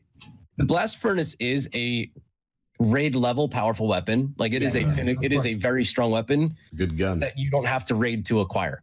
And I think that's pretty important. So I don't want anybody out there who's listening to think that we are excluding anybody who is that type of player, whether you're solo or whether you need to turn your brain off and slap aliens. For sure. The conversation we have does not exclude you from being a part of it. Yeah, absolutely. Absolutely. Everybody's got their place. And that's the beauty of Destiny. There's a ton of different ways that you can beat There's these so things. many things we can do right now. There's A lot of things to different do every week, yeah. different guns, different everything, and it appeals to people for different reasons. And that's the beauty of it all, man. I mean, at the end of the day, that's what makes Destiny different. I mean, content-wise, I don't know. I feel like without being in a content drop, because there's tons of stuff to do, we're kind of in a content drop. It's got that feel for me because it doesn't appeal to me to go grind, and it doesn't for a lot of people, like you said. It doesn't appeal personally to me because I'm very interactive. I don't know if you guys can tell this, but I like to talk and I like to chill and I like to hang out, man. And that's why I game. I mean, that's the only reason I game. If I wanted to just have that one-on-one conversation, I would much rather prefer to be hanging out with my wife. But it's the interactions that keep bringing me back. And you know, I don't know what else to say about that. But I don't, if I play it solo, and Tusk can attest, I don't do solo games. I mean, I played God of War, but I did it because part of it was on stream and I had my boy sitting right next to me doing some other stuff. So I'll do it, but I'll blast through it. Right. And I don't stream solo player games because there's no interaction. And for me, the only reason that I do a solo game is because I don't have a connection with it. I can turn it off, I can play it, I can enjoy it, and then turn it off. When I see friends that are online, I want to get on and I want to interact and see how they're doing and catch up. And I get, you know, JoJo the Circus Boy, and I gotta catch up with him. I gotta talk to him. I gotta go play with him. There's just so many things outside the game that drive me to keep coming back for Destiny. Yeah. So community. There's definitely a lot there for everybody, and especially right now, there's plenty of things to do in the game in terms of milestones. There's almost too much to do in terms of getting stuff done, especially if you've got more than one character. Just to jump in there and hopscotch off what you guys are saying, I'm one of the people Aura's talking about. I actually don't mind the forges too much. I think the process to unlock them is unnecessary busy work. But I'm that guy who'll jump into a forge, turn my brain off, and farm out several weapon frames until I get a very specific version of the sword that I'm looking for. I love that we have the opportunity to go in there and basically just farm out different weapon frames with Ada. I'm somebody who can do that and just go in there for 5 minutes at a time and then push through that kind of stuff. Because for the most part, you don't even have to leave the forges to complete multiple frames. You can get all of the bits and pieces you need if you're done all of your bounties by getting forge completions, although they'll come a little bit slower than they would from bounties. If you're lazy, have a sword? you have to lead. Yeah, they've got a sword. Yeah. Last week there was the sword, right? I've told this guy about the sword so many times. Actually, a pretty decent sword. I didn't even know they had a sword. Yeah. It's capable of some pretty good damage rolls with like surrounded. Which I think the sword is the best place to have surrounded. As long as you don't mess to work. I don't know why it's on any other weapons. As long as you don't mess to work your sword. Don't masterwork your sword. That's a bug that they're looking at, though, right? Yeah. You can masterwork as long as it isn't fully masterworked out, right? Yeah, if you fully masterwork it, it basically just takes away the benefits of surrounded. Because, of course, it does, Bungie. But, for me personally, I don't mind turning my brain off and going into a forge while maybe I'm listening to a podcast or I'm watching something. Yeah. And I like that we have the option there. But, yeah, you ain't kidding when you say it's just mindless, brainless. I think the big thing for me is that it is kind of a different version of stuff that we've already had, just at the current light level. Yeah.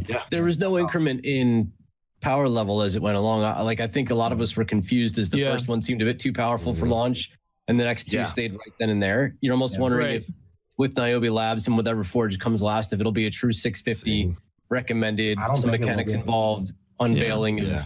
I think it'll be the same as you have. Well, they've already said that Niobe Labs is not a dungeon, and I know they did confirm that. I was thinking it was going to be a dungeon, but they've confirmed that it is not a dungeon, and it's just a way to unlock the new forge. Which I will find out in a couple of days what that actually means. So is Niobe Labs the steps we just took to unlock the Izanami forge? No, I don't think so because it has its own name to it. They call it an event. It has its own name.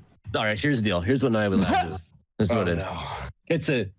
It's a psychological experiment to test our mental makeup for unlocking the 3 previous forges.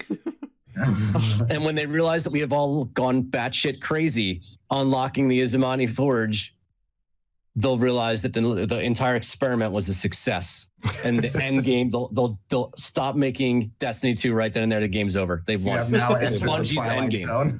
to make this so crazy.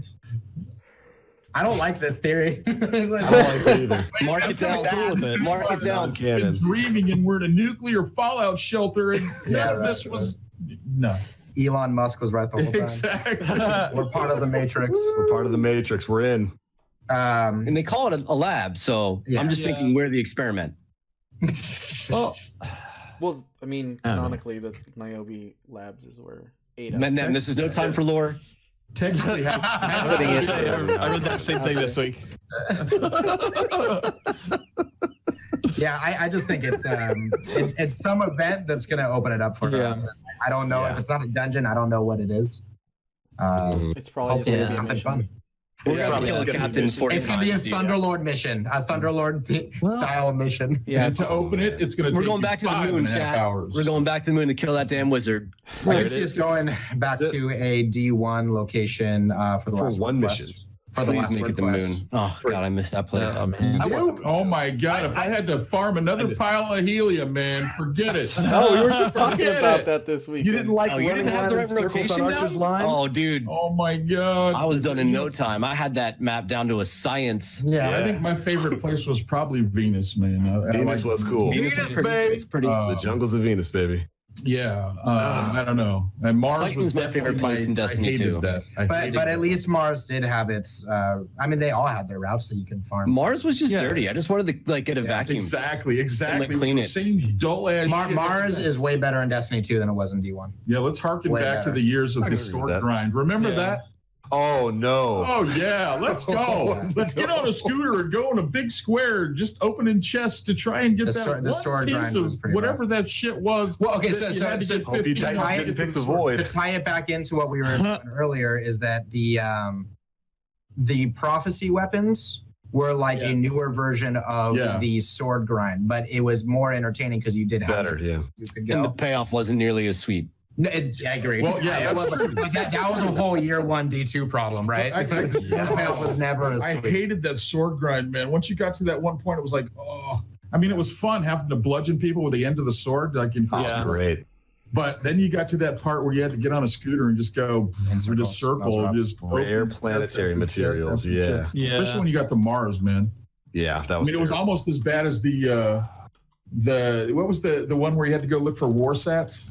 Oh my god! Oh, that was sleeper. That was Sleeper, yeah. sleeper. The sleeper. Oh, my God. But then when you get into it was the Mars sleeper was the one, the Mars Warsat. That was the one where you Is it Warsat? it would drop No. in one place and very No. rarely was it. I got that Yeah. in like it was 30 the seconds of blight looking mission for on it. IO. Again, I Laura, didn't yeah, fuck like you. that Fuck Warsat Laura. at all. I kept, Destiny's been great to me. I don't Hey, even have to look for things. I They just go fall in my through it. lap. I Fall in go- my I'm not lap. even like, I hate saying it, but it was like I don't know what within you guys are 30 talking about seconds with of all that this step, vault I was stuff, on man. Mars fighting the worst set, and everyone was complaining. I was like, "What's the big deal, guys?" I had no idea that it like. I went into the I had forge no and I idea how rare it was. Assassin's Creed and some shit. Yeah, I just walked into the forge and they just handed me a Yaller horn, a hawk blower. Last one. That I and didn't the even have to do steaming the mug Yalor of hot didn't drop right chocolate. away Fuck for me, but yeah. once I got one, I got like 20. That thing dropped. It was like I turned on the faucet in the tower, and the Gjallarhorn dropped out of it. Like it, most exotics work that way. The Lamar is apparently dropping that way too. Where once people get it once, they're getting it repeatedly. Yeah. Mhm. That's been a thing in I only Bungie got it algorithms. once. I got the Gallahorn one time 2 weeks before they nerfed it. Rest in I peace. Unfortunate. Hours in the game. You before got I it. Gallahorn. You got it the week before Zur sold it the second time. Yeah. right? And, So- and you know, I have a bud that dude, my, I remember we were doing Crota's End, and he had never gotten Gjallarhorn. Like it just never dropped for him. So finally Zur sold it, and he ended up buying it out of spite. And then that weekly reset, we went Yeah. to run Crota, and sure enough, as soon as we kill Crota, the Gjallarhorn drops for him, and everybody Oh, just lost their shit, and he's just quiet, and all we hear him say is just, "I hate this game so bad." dude, that's the reverse story of mine. I told everybody 1,700 hours into the game. and I'd never gotten a Gallahorn. Everybody, I had guys that got it, you know, through the vault every week, and it was like, you know, whatever. And I said, you know, I started telling everybody, dude, if I get that fucking rocket launcher, I'm deleting it. I ain't even gonna shoot it. I'm gonna delete it as soon as I get it. And then as soon as I got it in Corona, they're like, all right, go ahead and delete it, Peanut. I'm like, fuck you, I'm doing it. That was the only time I went against what I said I was going to do, man. The only time in Destiny history. I'm going to delete that thing. I don't care about that Gallahorn. I got the Gallahorn. Yeah. Delete it, Peanut. Fuck you. I'm treasuring this gun. I had 3 of everything. Dude. I had 3 Fatebringers, 3 Vision of Confluences, 3 Icebreakers, 3 Gallahorns, because I wanted to be ready. Right at that point, there was no dim. So whenever they're like, yeah, you want to raid? Yeah, let me run to the tower for like 20 minutes and deposit my stuff. Like, the raids took longer to set up to go. Do. Yeah, exactly. And that was something that they like stealthily put into the game, because I remember when that feature immediately went live. Because that was one of my very early videos in YouTube, and there was no mention of it. They just had it in the game. They just did it. Yeah, it was the just in their that did it. No. So it was on the companion app. Oh, right. And so they created the API for it, essentially. It was on the companion app, and then the community created a better version. Right. Well, that's as the community normally does. This community is amazing. Crazy, man. They come up with all this shit. There's an app that you can use. It's a website, but you can actually use it to mark Riven's eyes. And they have all versions of the car. Yeah, you guys know that? Really? They have left and right. They've got the vault, so you can name Penumbra. Yeah, you click on if somebody calls up, they have a duplicate on left on the tree side. You click left, and then it pops up Penumbra. This community is insane. The community has created so many great things. And the one that he's talking about for Riven, it's got all the strats. It's got, if you number them, 1 through 10, left and right, X, whatever. And it's got ABC. You give a password to your team, and everybody can log into the same thing. That's cool. So you only have one person that needs to actually mark it. They click and the eyes, and it shows up on everybody's screen. And then when you have to shoot all 6 eyes up top, they show up in 3 sets of 2 different colors. Yep. It's like blue, then red, and yellow. I was completely unaware of that. That's got one for the Vault and for Riven, man. And it's, for Riven. It's just, it's nice because on PC, of course, you have text chat. So everybody can see what eyes they have on that. And it's nice for console players, man, because you can all be on the same page and you don't have to get that mad scramble as, I have Antumbra, which one do I do? I set a command in my chat for or it's just pin. Mm-hmm. And so that way it just tells me, oh, pin is left. You tell everybody, take a look at your hands, make an L so you can tell. Yeah, make an L so you can tell. And then sometimes you hear people, I got it on my left. Waiting for them to see their face. But they put their controller down and went like this, which is great. It works. Well, that's what everybody says. Why do you use ABC? Because I don't want to hear the delay of somebody using their fingers to count to 9. 1 to 10. All right? Yeah. I just don't want to do it. ABCs. That's the link right there. Yep. Absolutely. And I think that one actually has a link that gives it to the Riven. Exactly. It does right along it's the top. Really cool. Yeah, it says Riven's gaze on the top. That's the link to the Riven counter. The things this community comes up with, man, just bar none. Amazing. Oh, do you guys use LowlyDev or Braytech.org? Yes. No, LowlyDev, yeah. That's I've used Braytech once. That's the one where it shows all the things that you don't have, right? Yeah, I use Braytech every week to tell me where I need to go in order to get the eggs. I only need one more.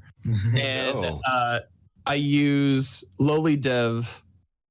I use that to hunt down eggs and lore pieces. Really good for the cats too. Cats. Yeah, you can use that for you can use it for all sorts of stuff. I use Destiny.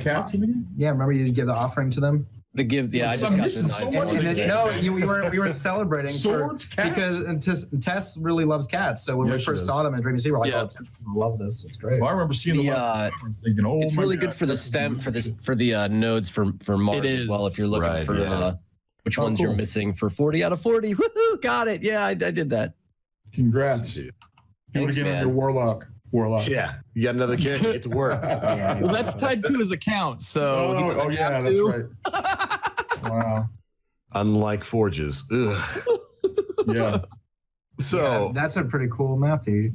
I'm just hoping that Aura hurries up and gets through the forges on his warlock, so that way Bungie can fix it and make it account wide instead. Rest assured, they're going to do it as soon as you finish your third. Listen, I have a blast furnace with feeding frenzy and kill clip on it, so it's the least they can do to get back at me for. There you go. My God, RNG. You got it on your first time. Oh, fuck you. RNG kicks me in the face every time, man. It's been a rough week. Whatever. Jack got I just wanted to share that with you.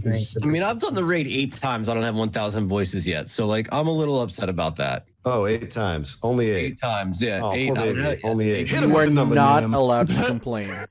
What do you mean? How many times have you done it? It took me 102 runs of Escalation Protocol to get my shotgun. Took me 97. Took me 12. And full runs. We do full runs because we don't use.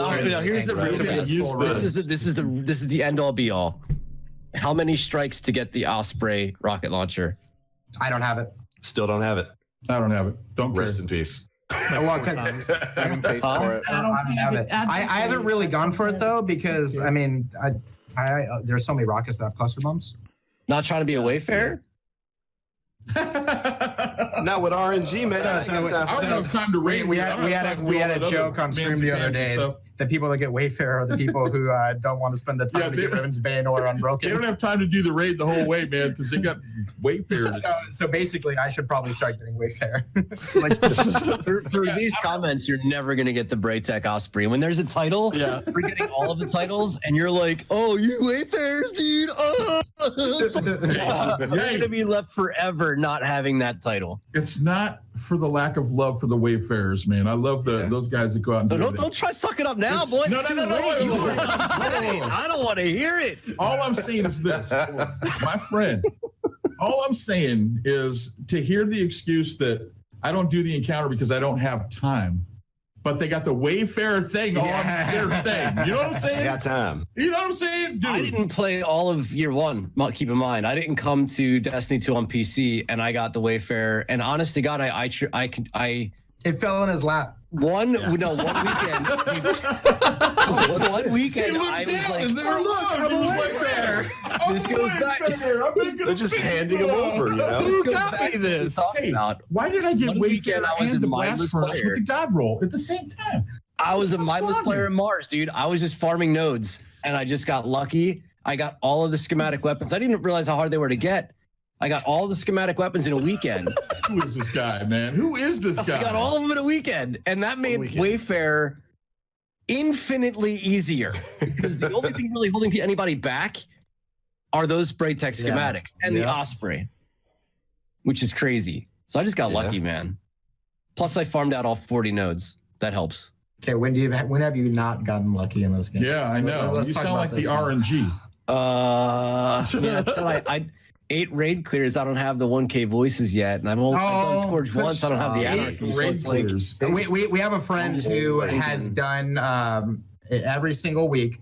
He's done every single character of Last Wish. He was saving up his keys after a while for this week.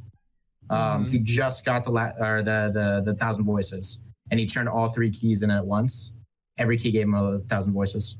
So it's been how many weeks? How many weeks since Forsaken came out? We're like at 18, something like that. Wait, he hasn't gotten 3 to drop in the one. Yeah, he hasn't been able to get 1,000 voices the entire time, and so this week he stored up all his keys, turned them in back to back, and got 3,000 voices. I'm telling you, all you need to do is raid with us.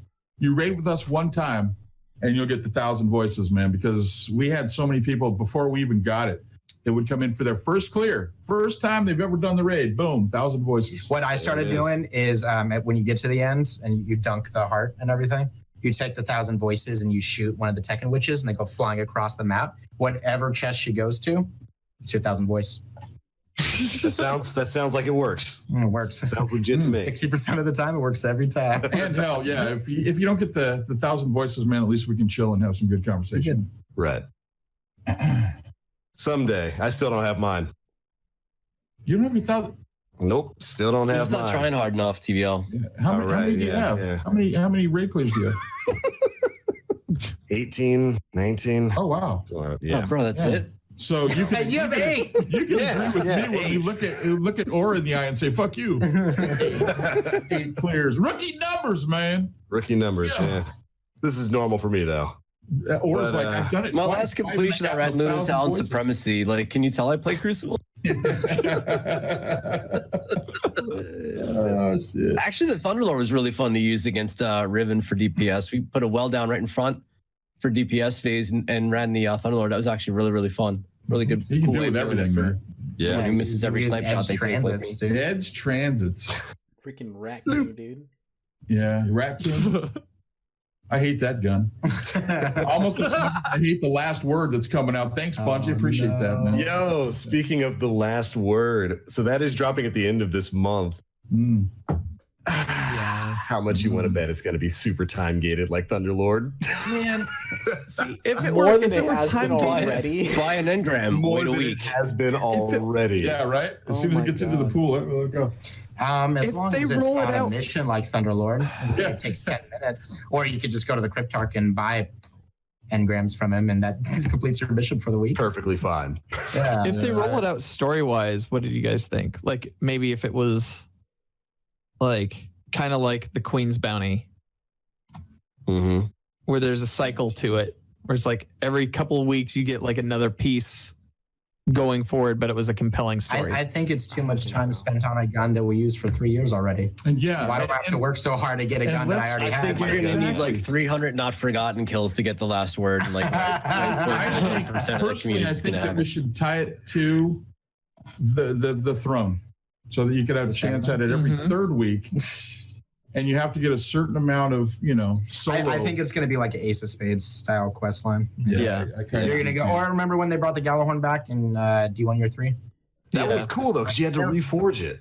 You had to Yeah. reforge it, but you could do it all in one sitting. You know? Yeah, I Yeah. think that's what's gonna happen with And it was all this. memory I hope so. lane stuff. Go back and get more lore on what the Galahorn was and how it was created. see, I think I'm on crazy pills, man, because everybody gets so hyped for these old guns that we already did. It's like old news. So- Last word. We got the Thunderlord. Great, they did some great things to the Thunderlord. I really like how it is now. Yeah. yeah. Comparison, but to build the hype on old weapons just frustrates me. So Um, I Mhm. used to be right there with you Mhm. when D2 launched. I'm like, there was like Mida was there, Yeah. and so a couple of others that Hard light. Hard Light, Mhm. and Some of the trash cans though, like these were the dumpsters of, you know what I mean? Like Yeah. it wasn't like it was these incredible exotics that were coming along. Like Hard Light, Hard Light was good for like 30 seconds. I mean, Yeah, even, no, for sure. even And at I that believe though, the- like I believe the last word's going to be the same way. I think it'll be a novelty people will use for a couple of weeks. And, Yeah. I mean, if you're on Bungie's PC, not ready for that. They just assume don't bring it back at all for it to be a trash weapon.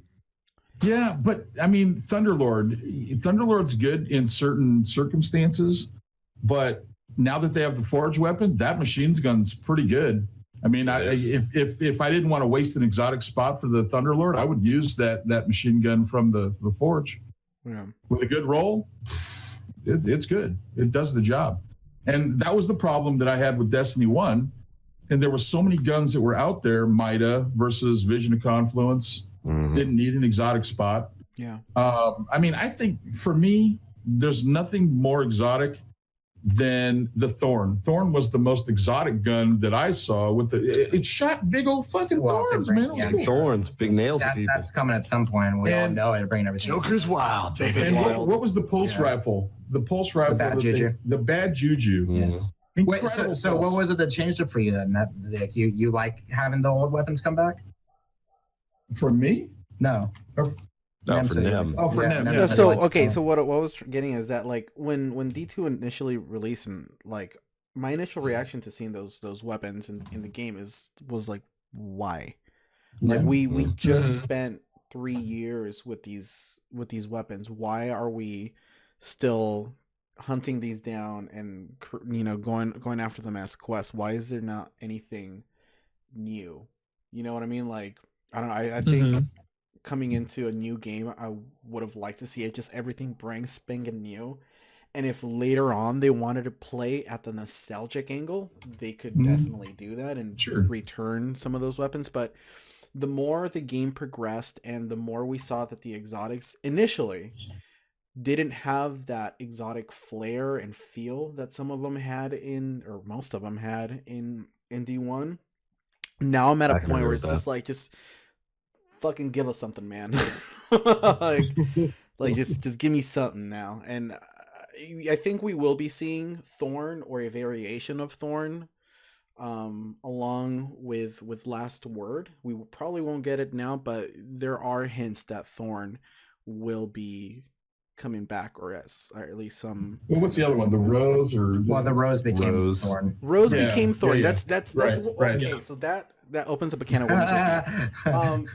There were rumors a while ago that like Rose and Thorn were coming out. And I'm like, they're the same fucking gun, dude. Yeah. First of all, Rose, for all we know, could have just have been a basic bitch white engram hand cannon that Reza Lazir just slapped on some Hive chitin on it and then it mutated into Thorn. The Duke, yeah. It was the Duke. It was the Duke. It was a dirty Duke. But now it's like, I think people have romanticized the idea that Rose was something more than it was. Yeah. You know, and I don't know. There were rumors that we may see Rose in whatever Penumbra, Season of the Shadow. And I'm just here like, no. If Thorn is back, no. It's a new concept. No. It's not just, hey, guess what? Last Word's coming out. Woo! Yeah. Well, I hated that gun all of D1, honestly, man. Last Word's partially coming back because everybody's been asking for it. Definitely. Yeah, the thing is, it's whether if it's gonna function like it's vanilla. No, it shouldn't because it was broken. The 111 crits. If it does, I quit. If you could aim down sight and have the perk apply when you're shooting from hip, where it has higher accuracy and range too, right? Yeah. They can't make that mistake again, can they? Yeah, you got the Prometheus lens. Yeah. Wouldn't that be a novelty of it all, though, man? I mean, we always thought when they brought back Atheon, man, and the Vault, and they did that upscale thing, hey, maybe they're going to have us push him off the ledge. Just for that's going to be challenge mode for Atheon. But yeah, I mean, I don't know, man. I think that we already paid for all that content. Just give it all back to us. Give us all the old D1 stuff and let us use what we want. Make it better. I think exotic should be ridiculous. Like, I can't live without this being in an exotic spot. It's Destiny. We're space cowboys, man. Make it above and beyond. And just go crazy with it. Make some crazy exotics. Yeah. I mean, some of the exotics that I see are just like, all right. And I mean, I never got to do the PS4 with the Hawk Moon. I heard that the Hawk Moon, when it first came out, was just ridiculous. Yeah, it was stupid. Absolutely, it was stupidly good. And we were Xbox players then. Yeah, we were Xbox. Rest in peace. So we never got it. But make it just exotic, man, and don't just change the spot in which you can apply it and use it. Make it exotic, and that's what I'm looking for. I mean, I'm excited about the sniper rifle. Well, 4 bullets will turn to 1 and just annihilate stuff. I think that's pretty exotic. And Jotun, yeah. But it seems like everything's muted. Hey, it's an exotic. It's great. As excited as I get when I see an exotic Ingram on the floor, let that shit, be something other than Skyburners. Just make it like crazy over the top, man. I never understood, like Borderlands, another great looter shooter.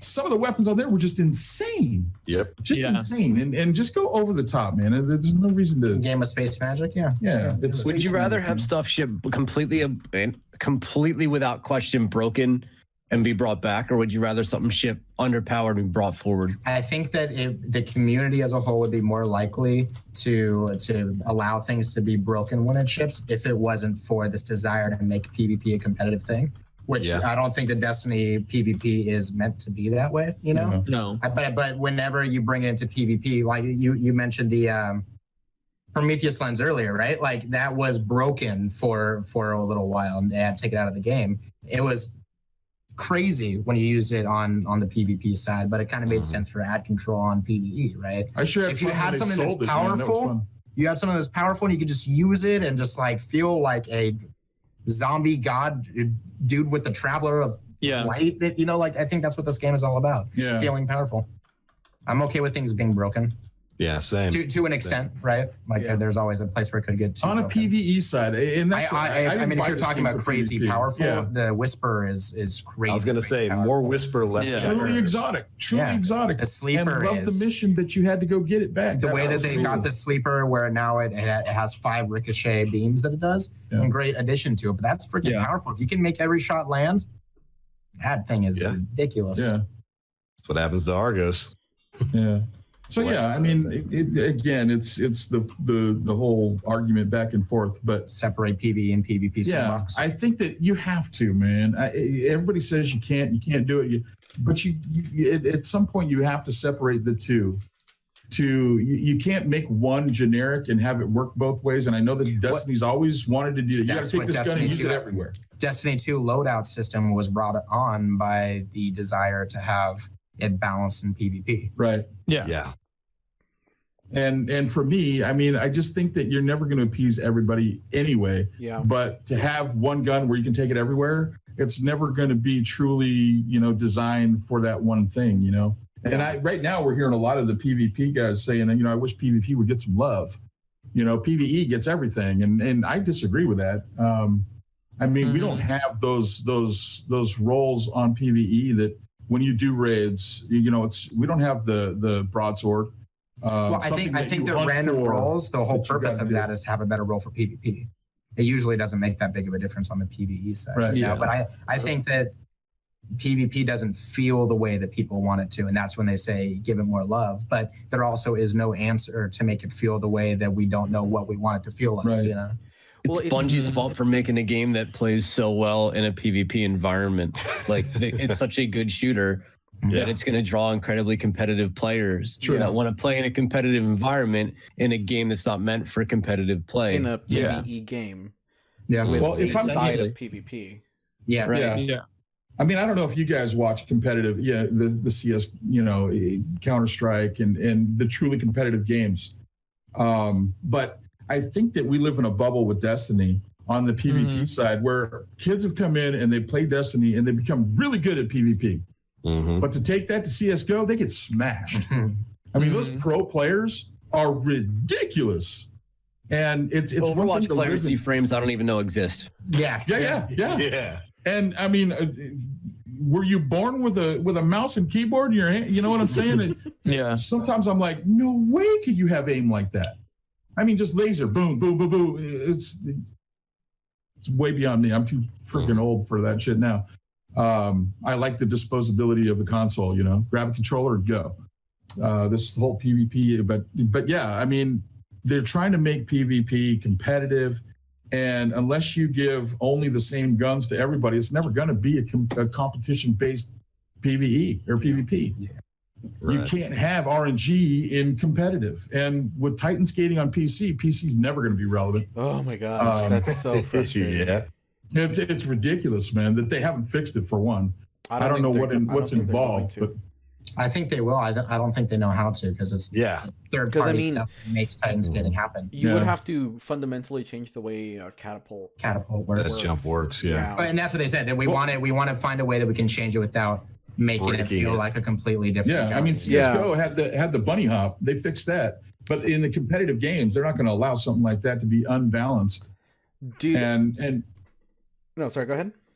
Oh, I was just saying, as far as the mentality of being competitive in Destiny, I mean, there's so many things when we don't even really know what meta we want. You know what I mean? Yeah. I mean, we go through the things where before it was snipers in D1 were the meta at one point, which was skill based until they went to this whole thing where you snipe somebody in the body and then finish them up with the last word.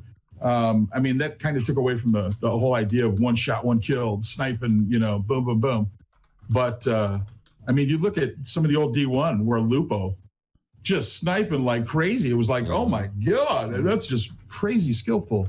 And then you had the Warriors with the Juggernaut and the shotgun flying around, just shotgunning. But now, there's never any meta that's going to be, oh, I love this. I mean, what was the Nobody likes to be killed by the wormwood's husk. Yeah. Nobody likes to be killed by the same thing over and over Yeah. again. So That's always the thing. Yeah. you're always going to condemn whatever the meta is because you're constantly being killed by it. It's And unless you frustrating. just Whatever you're seeing the most of. basic generic guns that everybody can do and just rely on game skill to get it done, it's never It's not going to going to be competitive. Yeah. But it that's should just still not be Destiny. more fun than it is. And it's okay. It's okay because Destiny was never meant to be competitive. It in my wasn't meant to be opinion. that. Yeah. But So- how do you make it more fun? How do you Yeah. make PvP more fun? I'm not really big on the PvP side of Destiny. I don't mind where it is because I don't play it. See, I like Trials. In year one, Destiny, I love Trials. I played it every week. Mhm. It was just nonsense because you had the Thorn, you had the last word, and then you had Warlock Final grenades that round would sniper. one-shot you. I mean, Yeah, no but it was Warlock fun. melees. It was just fun. Yeah. Because as It was crazy. crazy. As it was, you could go in as a Warlock or the remember the lightning grenade from the type just killed everything. Yep. And you had two of them. So you could go through and you could compete with good players because it was so over the top nutty.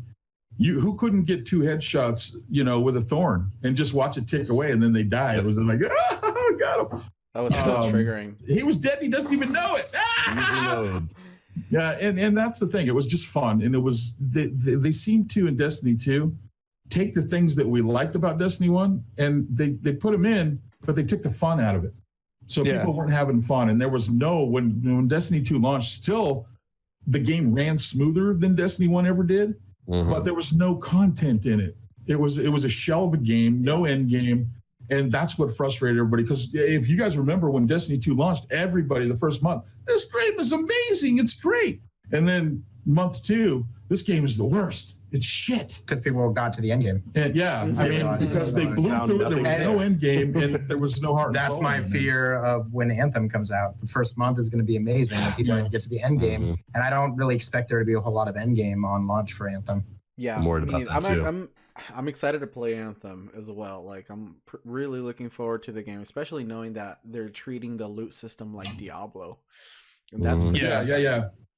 Well, I've heard a lot of reference to if you like Diablo, you're gonna love Anthem. I mean, I've been keeping up with their streams and stuff, and I mean, a lot of it looks pretty promising. And again, I'm not expecting Anthem to be an end game type of game in the slightest. Like, and you shouldn't. And if you go in with that, at least not at launch. I think we'll be okay Maybe if we're going with eventually. that mindset. because I mean, Yeah. you have to take into consideration. They gotta get that on their footing too. They're launching. I think brand new IP. end game builds over time. Yeah, and I did, I saw that A lot of lore and story to it. So exactly, it's the a story is BioWare crazy. game, so you tend to Yeah, I know focus it's gonna be more on story heavy. story and campaign. Yeah. But what do you? as long as it doesn't play like Mass Effect 1. Mass Effect, Oh, yeah. I'm good. Great game. I feel you. World. Not because of the gameplay. Yeah. What do you guys say we go ahead and jump onto viewer questions? Yeah, let's do it. Right. Sounds good to me. Did somebody propose questions? Yes, a few people throughout did. Twitter and Wow. through the chat. Wow. Venom 0001 asks, would you want an exotic catalyst to be made for new exotic weapons and for armor? Yes. I think all exotics should have them. They all should. Yeah, they I all do. should. I don't know why we don't have If exotic. you have one for one, you got to have. Well, it but for I don't the other. understand why we still don't have exotic catalysts on the armor side. Masterwork armor keeps you alive, but if you want to put an exotic slot, you lose some of that masterwork. Yeah. Wasn't that What would talked you- about ages ago when they first introduced Masterwork Mhm. weapons? And Yeah. they just completely. What would you guys propose for some weapon pieces? Dude, first of all, I appreciate what the exotic catalysts bring to the table, but I want something so completely different out of catalyst. Like I want them to change add the a weapon. perk and completely annihilate. Like we had this conversation about 2 weeks ago. Mhm. Make Sunshot create this gigantic blinding solar orb on a critical kill. Like give the risk runner the ability to do void and solar damage and chain that out to its enemies depending on what you're hit with. Like make these things broken, Powerful. break them, and then fix them. And I just feel like it's really great. I'm so glad I get I got the Merciless Catalyst recently. I'm so glad I get a massive bump to range. It's really neat. So Maybe you should make that range be completely factory on it and make the Merciless continue its fire rate even after a kill. You That know? seems to be the consistent catalyst type that they do, right? Is range, accuracy. It's a stat boost. It's a Yeah. stat boost on Maybe- everything, stability, Maybe one reload extra speed. clip or one extra round in the clip, you know? Something Right. Like, Like, that. And then break- you'll break get the something guns. like Whisper of the Worm with whispered breathing. Yeah.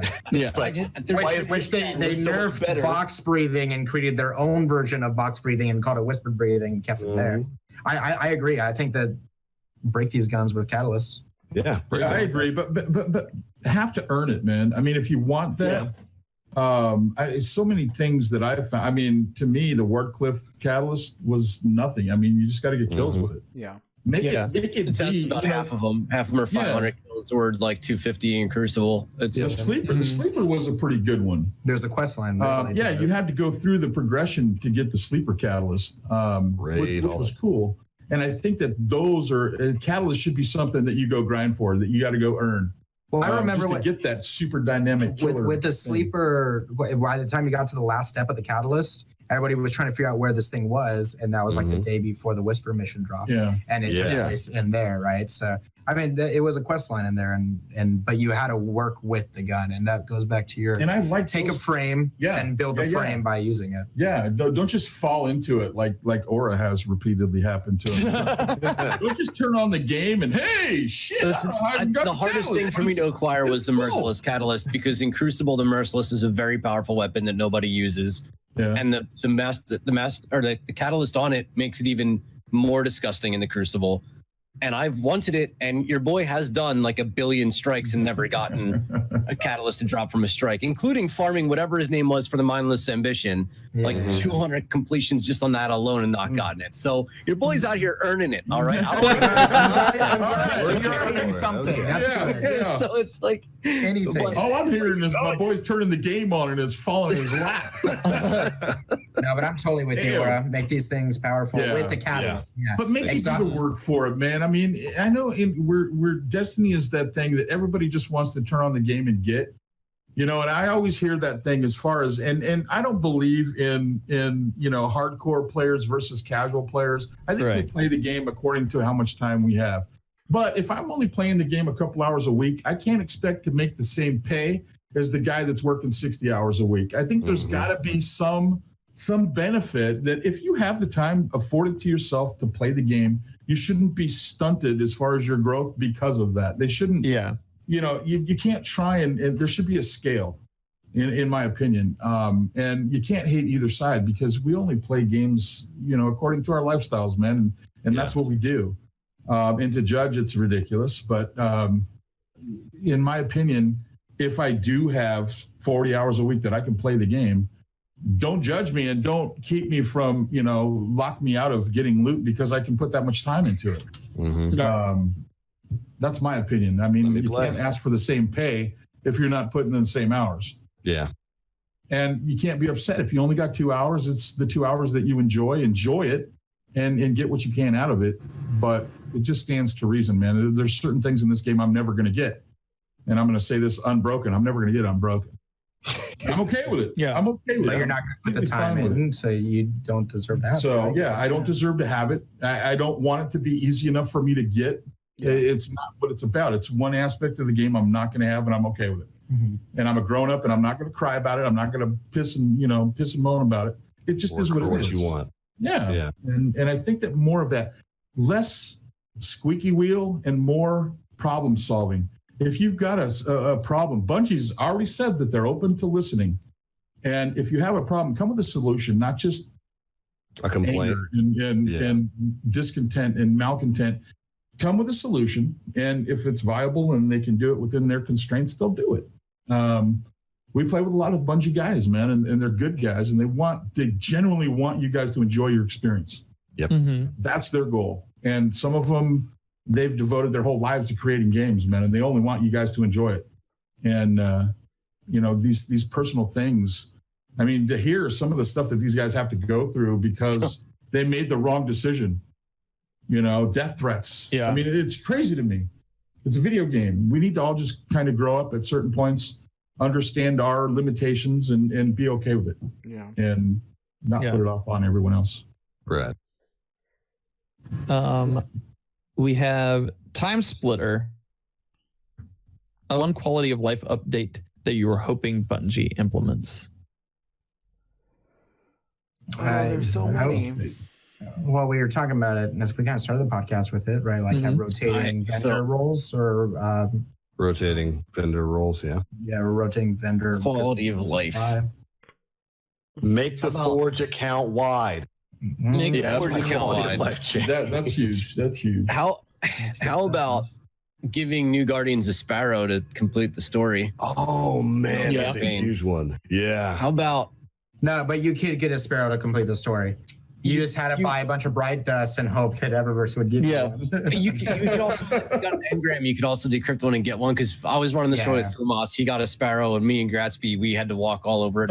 Yeah, our first run, I got a Sparrow at like level 7 because of that. But the other thing is like, and this got me so mad because what could have taken 2 hours took 4. And they did this with Forsaken, but like let me play through the storyline. Like when you're going through the vanilla campaign and you have to get your level 6 next story mission is at level 8, even though you just did the last story mission you could possibly do. Like, let me play through the story. Why are you breaking up my narrative? Why are you breaking up my experience? I got to go and do an adventure, which has something to kind of maybe do with the storyline. Yeah. I just hope that we see more of that. And there's a lot, and I think people are like, oh, what are you talking about? There's a lot of people who are coming to this game after the holiday season who are experiencing the exact same thing that I'm talking about right now. There's a lot of brand new Guardians. And I met them all in the farm when I landed there with my fluffy new Warlock. So I know they exist, you know? So that's one of the things. And God damn it, dude, just make shaders like permanent unlocked. Just perma unlock a shader. Let me put it wherever I want. Why? Do you think there's something about like space restrictions on that, storage restrictions? Because you only have a certain amount of slots on your shader thing. Oh, that's why they're all in the vault. Yeah, exactly. They're all in the vault because you have to put them somewhere, but then you have a limited amount of vault space. Yeah. Maybe they should have made 20 billion shaders. Well, that's I think it's storage restriction there, but I hear you. Make it to where you can just put it on whenever. I mean, in a perfect world, I mean, the best quality of life thing you can do for me. Now, I'm not speaking as somebody that does content, whatever, and I don't get caught up in the whole streaming thing and all of that, but cross save, man.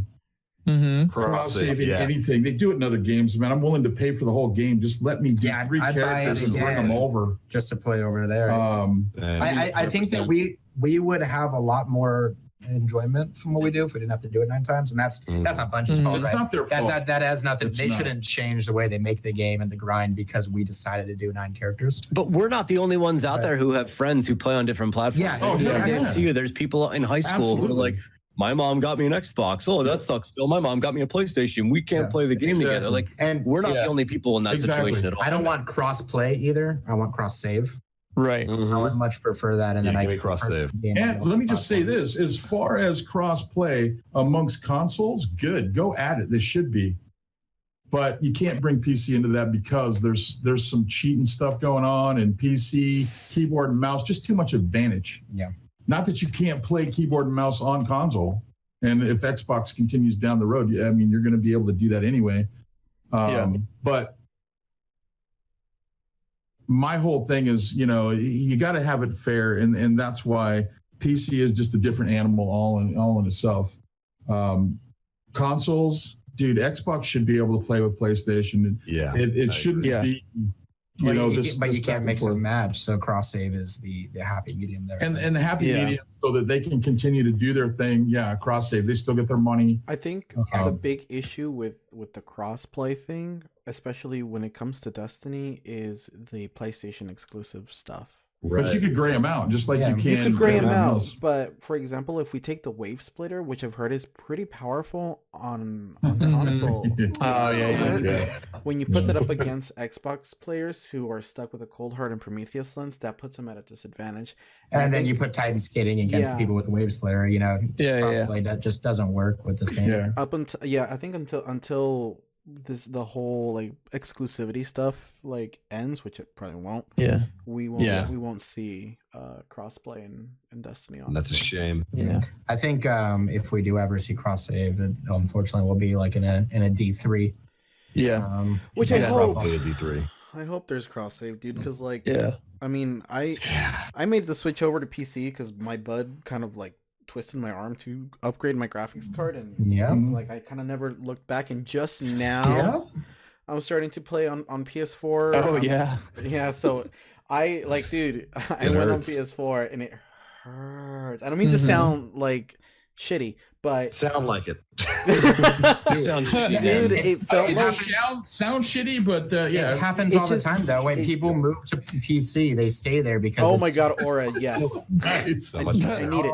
My name's Shitty Damn. I'm the NPC right now. Dude, it feels like like I'm slogging. Like I was playing Crucible, and I just felt like I was slogging through the matches. And I was just like, "Oh no, what did I get myself into?"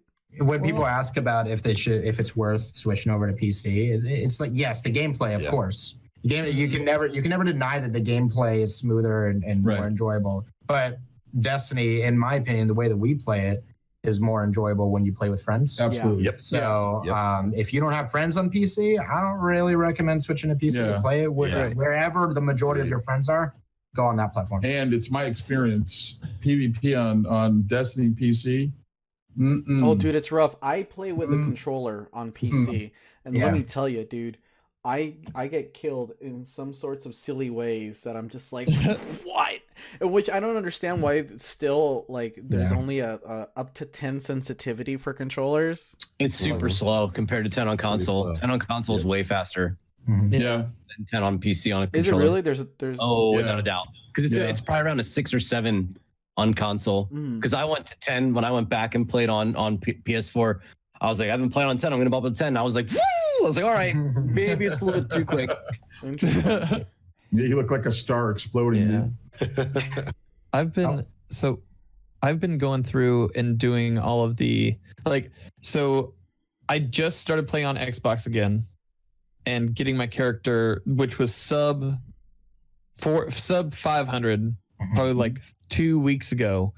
That character is now like 580 with all of the like little light jukes that they've added in. Like, Oh, those are all amazing. That was such Amazing. exactly. talking about Yeah. quality of life, that Values. was great. Yeah. Yeah, if they do that at the beginning of each season, before like whatever, like if say this next season, which is the season of the Drifter, if they add that in the week before that event drops, you'll have a lot more happy. Like I feel like the community will be happier with. Well, here's- because the we've new talked about it all the season time. always Yeah. comes in right a week before the DLC. You got to have So- catch-up mechanics, man. You got to. Yeah.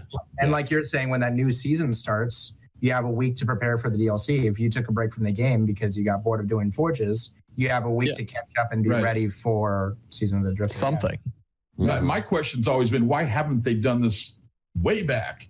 You Yeah. got to have catch-up mechanics, or people get to that whole mentality. What where they're it's like, doing now I'm is too far brand behind. I'm not new going to bother. because now, even if you don't have the annual pass, you can still level up to max. You just don't have access to the end game content. Yeah. That's a new thing, and I think that's really great because it keeps people involved in the game. They don't feel like they're left behind. Yeah. Mm-hmm. Well, I think that Definitely they good did the whole change. thing from a marketing standpoint. What they did was incredible, man, because it got people that weren't playing the game Destiny was free on PC. to go in for a there. Yeah, it was bit. free on It was PC. free. Yeah. Go experience it. So If many you new like it, PC buy players it. from that. I think that that's the way it should always be, man. If you come back with some quality, revisit the game at no cost, and then pick it up. If you see it, you feel it, you know, then buy it. Be informed. Yeah. And I think that's. I mean, that's. I think initially that's why we all got on Twitch. At least that's why I got on Twitch, Mm-hmm. because I wanted to be informed. I got tired of spending $65 on a game that I played 10 minutes and Hated. shit can. Yeah. I don't want to mention any games, but Evolve, you know. Ooh. HD on the Nintendo, dude. It's terrible. Yeah. What was it? I just got tired of doing it, so I started going to Twitch and letting somebody else pay for the game so that I could see it and go, okay. Make a decision off that. Yeah. Then I We got time for one more, Dan. Here we are. Yeah, we got one right here. We have what is an ideal raid encounter that you would want to see in the future? No limitations on what you can think of. That's No from floors. Eagle 1778. I want a room with no floors. Yeah. No floor. floors. Yeah, no floor. Oh, Everybody you're just gonna puzzle, just right? goes into the Not room even and not just even jump, like, no floor. Like you're in a room, you're in this room, right? And the entire fight is you falling forever. And there's no floor. So it's like a Final Fantasy fight. Whatever but happens you're thereafter, always you floating tell down. me, all right? Whatever. Wait, happens are you after sure that you're not no a warlock limitations, main? no floor. I feel Might like you can actually float be forever as a warlock. I warlock. think you're a warlock Yeah. main. There. So warlock I mean, in we'll heart, find he out. doesn't I'm still learning how to realize it. floof Yeah, I know, properly. right? Deep down. I've only killed myself with Dawnblade by running into a wall like 3 times. It's great. I think that my favorite raid encounters are the ones that require a full team to do the mechanics, right? Like when everybody has a job and they have to do it. There's the Spire final boss. Mhm. You couldn't do that final encounter without 5 people because you need needed a 4 people group. on the plate and at least 1 person to go up the lift. Yeah. And I think making it to where everybody has a job they have to do is incredible. Yeah. I want a raid that's ever changing, man. Mhm. I want a raid that evolves, that you can't just do it 5 times and do the same boring shit over again. Day one, I want the day one experience throughout the raid. You talking about mechanic changes, or are you talking about? I'm talking about enemy changes? everything, man. I'm Because talking about Bungie has a lot of ever-changing thing, but their ever-changing is just different enemies. yeah. Well, Yeah. that's not what I want. I Yeah. want something that changes the experience. It gives me that fresh new car smell without Right. you do a raid, and the raids are so epic. I mean, that's why I like Destiny, because of the first raids. I mean, I remember the vault to this Vault, day. yeah. Everything goes back for me in the vault. Mm-hmm.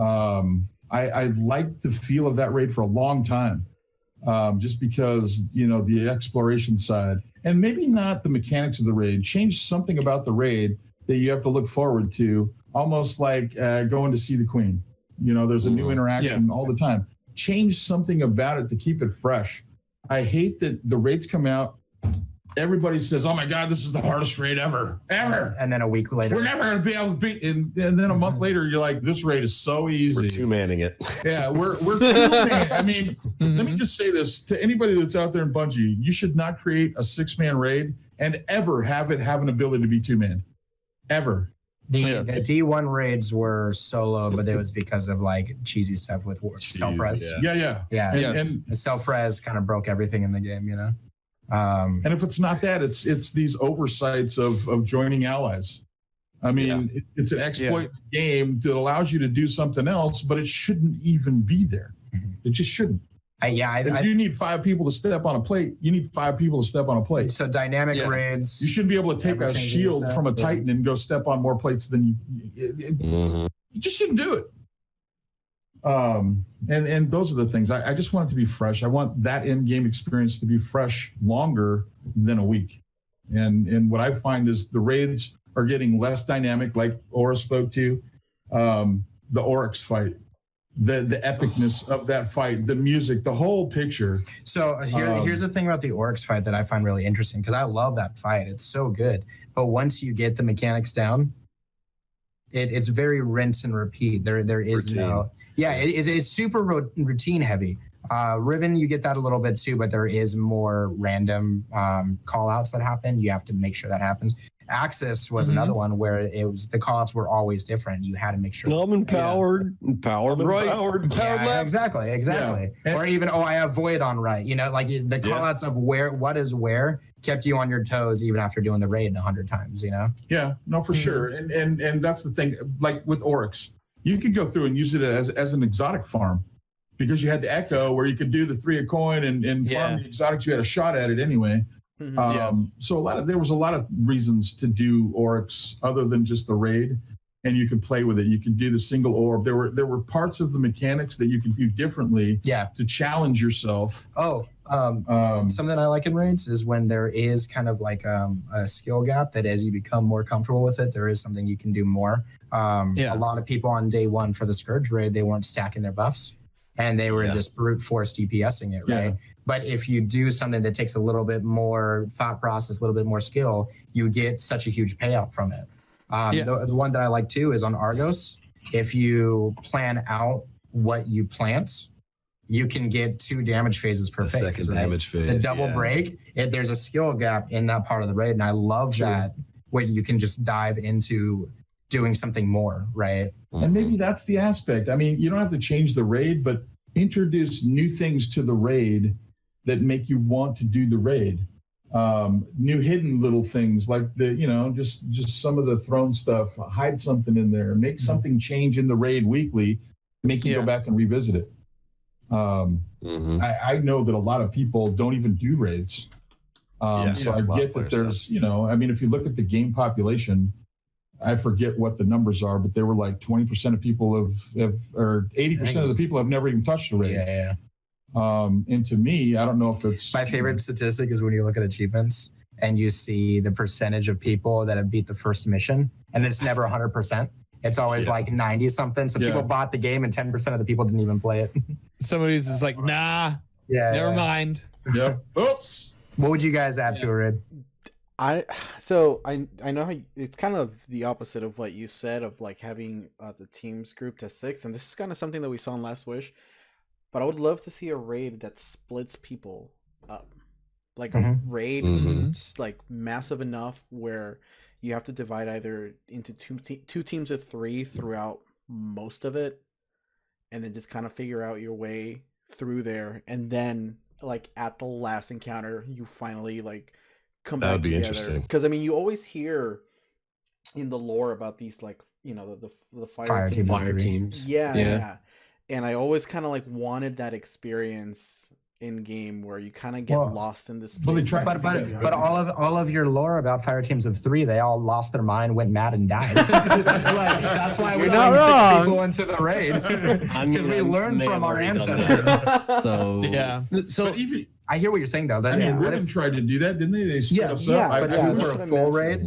I wish that they had different things that each team had to do. I mean, if there was something that was completely different, and maybe that, having more interaction, personally with that fire team versus this fire team.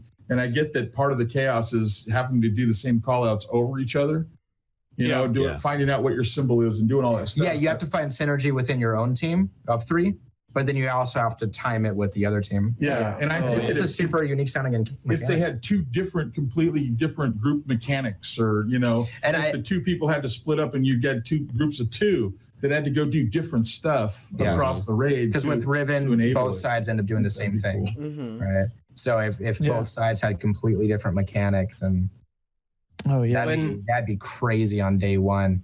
You have to talk with your host about what to do. Sorry, when we first found out that we were playing, or we were raiding against Cabal at the very beginning of Destiny 2, I had envisioned in my mind teams of 2 or 3 having to assemble weapons that we would use. Because when I think Cabal, I think these big tanks, I think these big massive weaponry. You see these giant bullets in the ship that you're walking next to, and I just imagine that. Wait, you don't think game show when you think Cabal? Right. It's like. I kind of feel the same way that Nem did. Like, what if they did split people up and we had to assemble and protect? Kind of like we had to put together the whatever the giant thing we jumped on during Wrath of the Machine. The Death Zamboni. Yeah. Right, kind of like the Death Zamboni, but only like not shitty. And it was like, so it was like something like that where you're building a weapon. The only way to do damage to the boss was to build this weapon. I kind of had this envision in my brain. And when we got to Leviathan was a good raid. Without bosses, and I think a lot of people were upset about that, but the fact that like Gauntlet really did involve a lot unless you were like on PC with a mouse and a pulse rifle, you had to be involved in shooting the arrows to advance people through. I think the best raid so far that's done that was Leviathan. There's very little that can be done for the most part without using some form of an exploit. Yeah. Break that up. Well, I liked that aspect, but then like we always do, we always figure out a way to avoid the mechanics, and those are the things, and that's the problem that I see with making things like that, because they'll find a way to break it and then have 2 people run backwards and everybody else just stands on a line, or they'll go through the challenge. I personally liked when they had a hard easy mode or regular mode and prestige mode. It was truly prestige, not hey, you're going to use a sidearm this week. Hey, go at it. I think that the Leviathan raid had the best normal to prestige or normal to hard mode, whatever you want to call it, difference, right? Yeah. Like, if you look back at the D1 raids, it was hard mode and there was some mechanic changes, but the mechanic changes between normal and prestige were it was like a night and day difference. There's so much you got to do that was different there. It's great, Like some of the challenges taught you. Yeah, that changed everything. Yeah, that was a game changer. And it was a cool thing because you realized right away what the difference was. But then it was like, oh crap, how do we organize this? Because you have to force yourself to like organize your strategy midway through. You got to think. Got to adapt to it. Yeah, and I think that's what we tend to like is the whole like Wrath of the Machine. It was all on the Fed to react on the fly and go, and you had to, there was things that you had to do within the raid. You had to kill the captain, and then, heaven forbid that dude get knocked up by the sword and go up into the wall. God, and then you had to shoot a rocket into the wall to have him fall down so you could kill him. Floating experience. And then the guy went down. You got to juggle cannons now. Now you're firing 3. You're not firing 1. You're firing 3. Oh God. There was just constant chaos, and I think that we tend to like those kinds of things. I mean, I personally like Golgoroth with the single orb, doing 6 orbs, man. I thought that was chaotic and crazy, man. Follow the leader. And then it was just cool. I think that if there was no restrictions, no limitations, a full raid every 3 to 4 months with a normal and prestige mode. I wish. I wish. But I get that's a lot to do, a lot to develop, and I'm okay. I actually prefer right now the way we have it, where it's like 3 raids a year. Even if you have 1 big raid in September and then 2 smaller raids throughout the year. Yeah, I still call it a spiritual layer. I love that so much more than what we had in D1.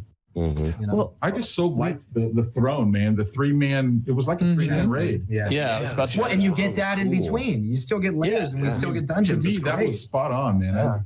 Such a great experience. And I think that you need to have one of those, instead of just these little, what are the little missions they do now in between for the milestone? Adventure stuff? No, it's not the adventure stuff. It's like the throne, but you got to go. The Ascendant Challenge. The Ascendant Challenge. Oh, yeah. Those are good. Bring one out so you have one that rotates every week, man. I mean, that would be super cool. Instead of just waiting the 3rd week for the throne to come back. I like those things because you can do different things. You can make of that throne room what you want. You want to solo it?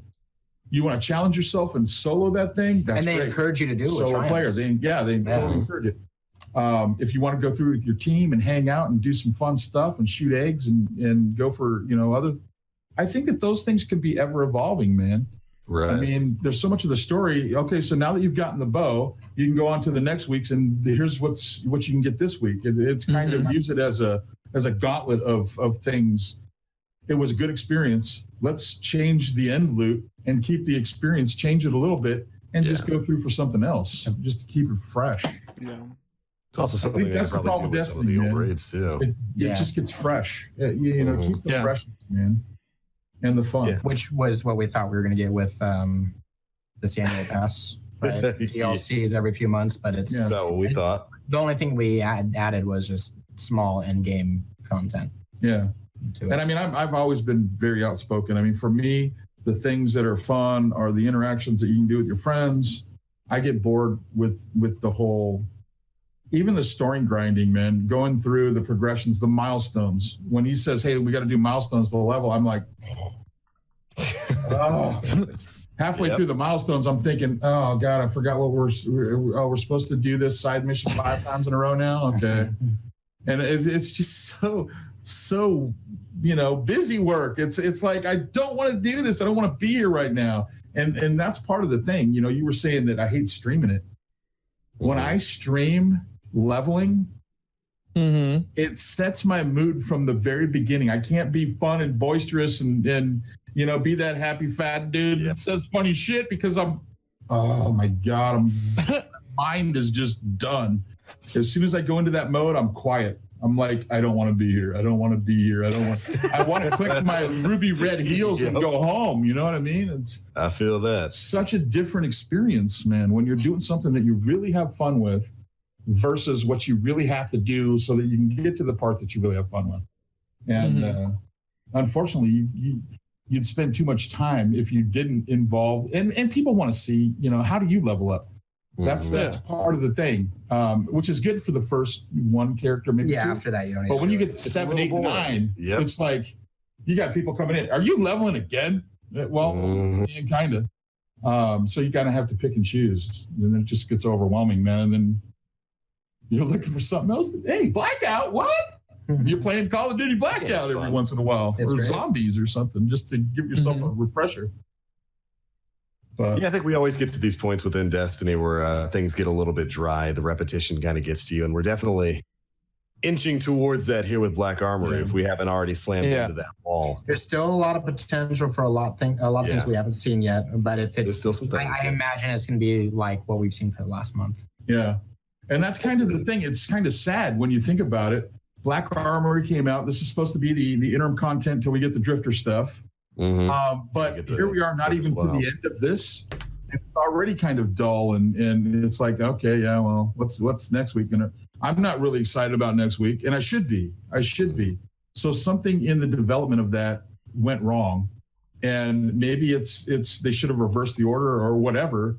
They should have started off, harder and then worked up to easier so that you could get it, and you're hyped up because now you're going to get this thing and you're going to open the box and who knows? Something to make that content last a little longer. Yeah, and for me, it's kind of dull, and I'm kind of over it because I've done so much of it. That do I really look forward to next Tuesday? I don't know. I don't know if I do or not. I don't know where I am mentally when I come to think about the new lab opening up. It's really a wait. We'll wait and see. Yeah. I mean, for part of me, it's like, okay, what is it going to take us 6 hours to open up? I just don't. But it hasn't been that exciting, fun thing to do for me to look forward to. Right. It's not exactly something I think a lot of people are looking forward to. I'm certainly not looking forward to Tuesday. Like, oh boy, Niobe Labs, so I can get this next forge. Yeah, and then you have to look. Then you have to think about, okay, like Aura was talking about earlier. Is it going to be just stupid, fun, broken shit that you're going to get and you're going to destroy everything, or are you going to get it and go, all right, well, at least it's done. What are we doing now? I just want that thing that you get that's Christmas morning. You open that box and you got exactly what you wanted. This is so stupid fun that you can just go and enjoy this exotic thing that you've got now after all this time that you went through and, mind-numbingly went through the whole process and you got it. Now go enjoy it for a month. Right. And then have something else drop. And it's like, oh, okay, cool. We'll put that toy down. We'll go play with this one. Let's just go open everything up. Well, hopefully with the forge that's coming this week, Yotun will start dropping. Because I mean, hopefully outside of that, like we just have Izanami's burden that appears to be tied to the mystery box. Yeah, that might be the mystery box reward. It might be something that drops from the fourth forge, but we've got that. We've got Last Word. And then we've got a month before Joker's Wild comes out. So hopefully this next couple of weeks of content is going to be decent enough to keep everybody going. I hope so, man. Yeah. I hope so. I really, it all comes down to the friendships that you forge that keeps you going. But it sure is nice. Yeah. You got it tight.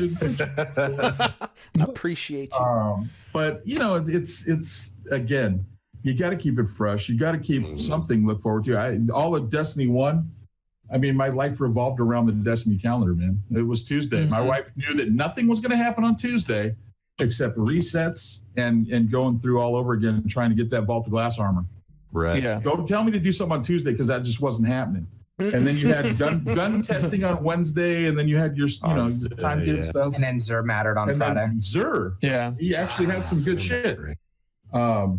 So you look forward to that, and then it was just that whole, I look forward to it. Oh, it's reset day. Oh fuck, let's go. Just hoping we can recapture some of that spark with some of the content we've got coming. We got it with Forsaken. I feel like we really recaptured. Forsaken was amazing. Just you got to keep that same energy. And you can't go two steps forward, one step back. You got to keep progressing. Now that you see what everybody likes and everybody's digested, keep it going. Don't take a step back. Yeah. Don't give us something next week that's like, this guy's thinking. Don't pull a Destiny 2 year one. Yeah. Don't pull a Destiny 2. I think that's the ultimate lesson. Don't pull a D2 year one. And with that, ladies and gentlemen, that's a perfect way to end episode 183. Don't pull a D2 year one. You got a good thing going here. But all right, ladies and gentlemen, that is going to be the end of this week's episode. Thank you guys so much for tuning in. This has been a really fun one with WTF Game Nation, toast and peanut butter. Thank you, boys. I appreciate you being our friend, man, first and foremost, and inviting us on the show. Yeah, super awesome. Appreciate what you guys do. Dude, super excited that we finally managed to land a date for you guys to get in here, because I know we've been chatting back and forth for a while. It's been busy with content releases and whatnot. So finally glad we were able to get you guys here. Now we got to conquest the taco excursion. We gotta nail the I'm literally like 15 minutes away from you guys. Just give me a date and we'll do it. I am ready to smash out some tacos, bro. That's something I'm good at. I'm good at, man. I will straight up slap the shit out some tacos. Yeah, dude. So yeah, guys, thank you again. It's great to have you here, man. Before we get out of here, we'll let you take a chance to shill all your stuff where you guys are at. What you got? Maybe got anything coming up in the week? So we are on Twitch and YouTube under the same name, WTF Game Nation, for Twitch and for YouTube. And obviously Twitter is our only social media that we do very minimally because we don't like social media. But if you want to know what's going on, you're going to do it over there. Same name, WTF Game Nation. I'm actually going out of town this upcoming week to go to St. Jude, where I will be skydiving as per our milestones for last year's donation goals, and then we're going to be filming some stuff that videos on all of that. We'll be able to show you kind of our interaction of everything that's going on at that hospital and all the good that they do.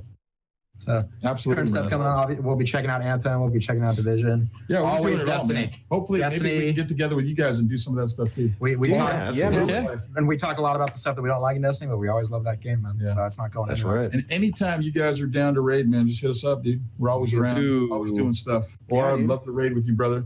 I know you do some good things with pit bulls, man. I respect what you do. That's awesome. And dude, a misunderstood breed. Let me just say that.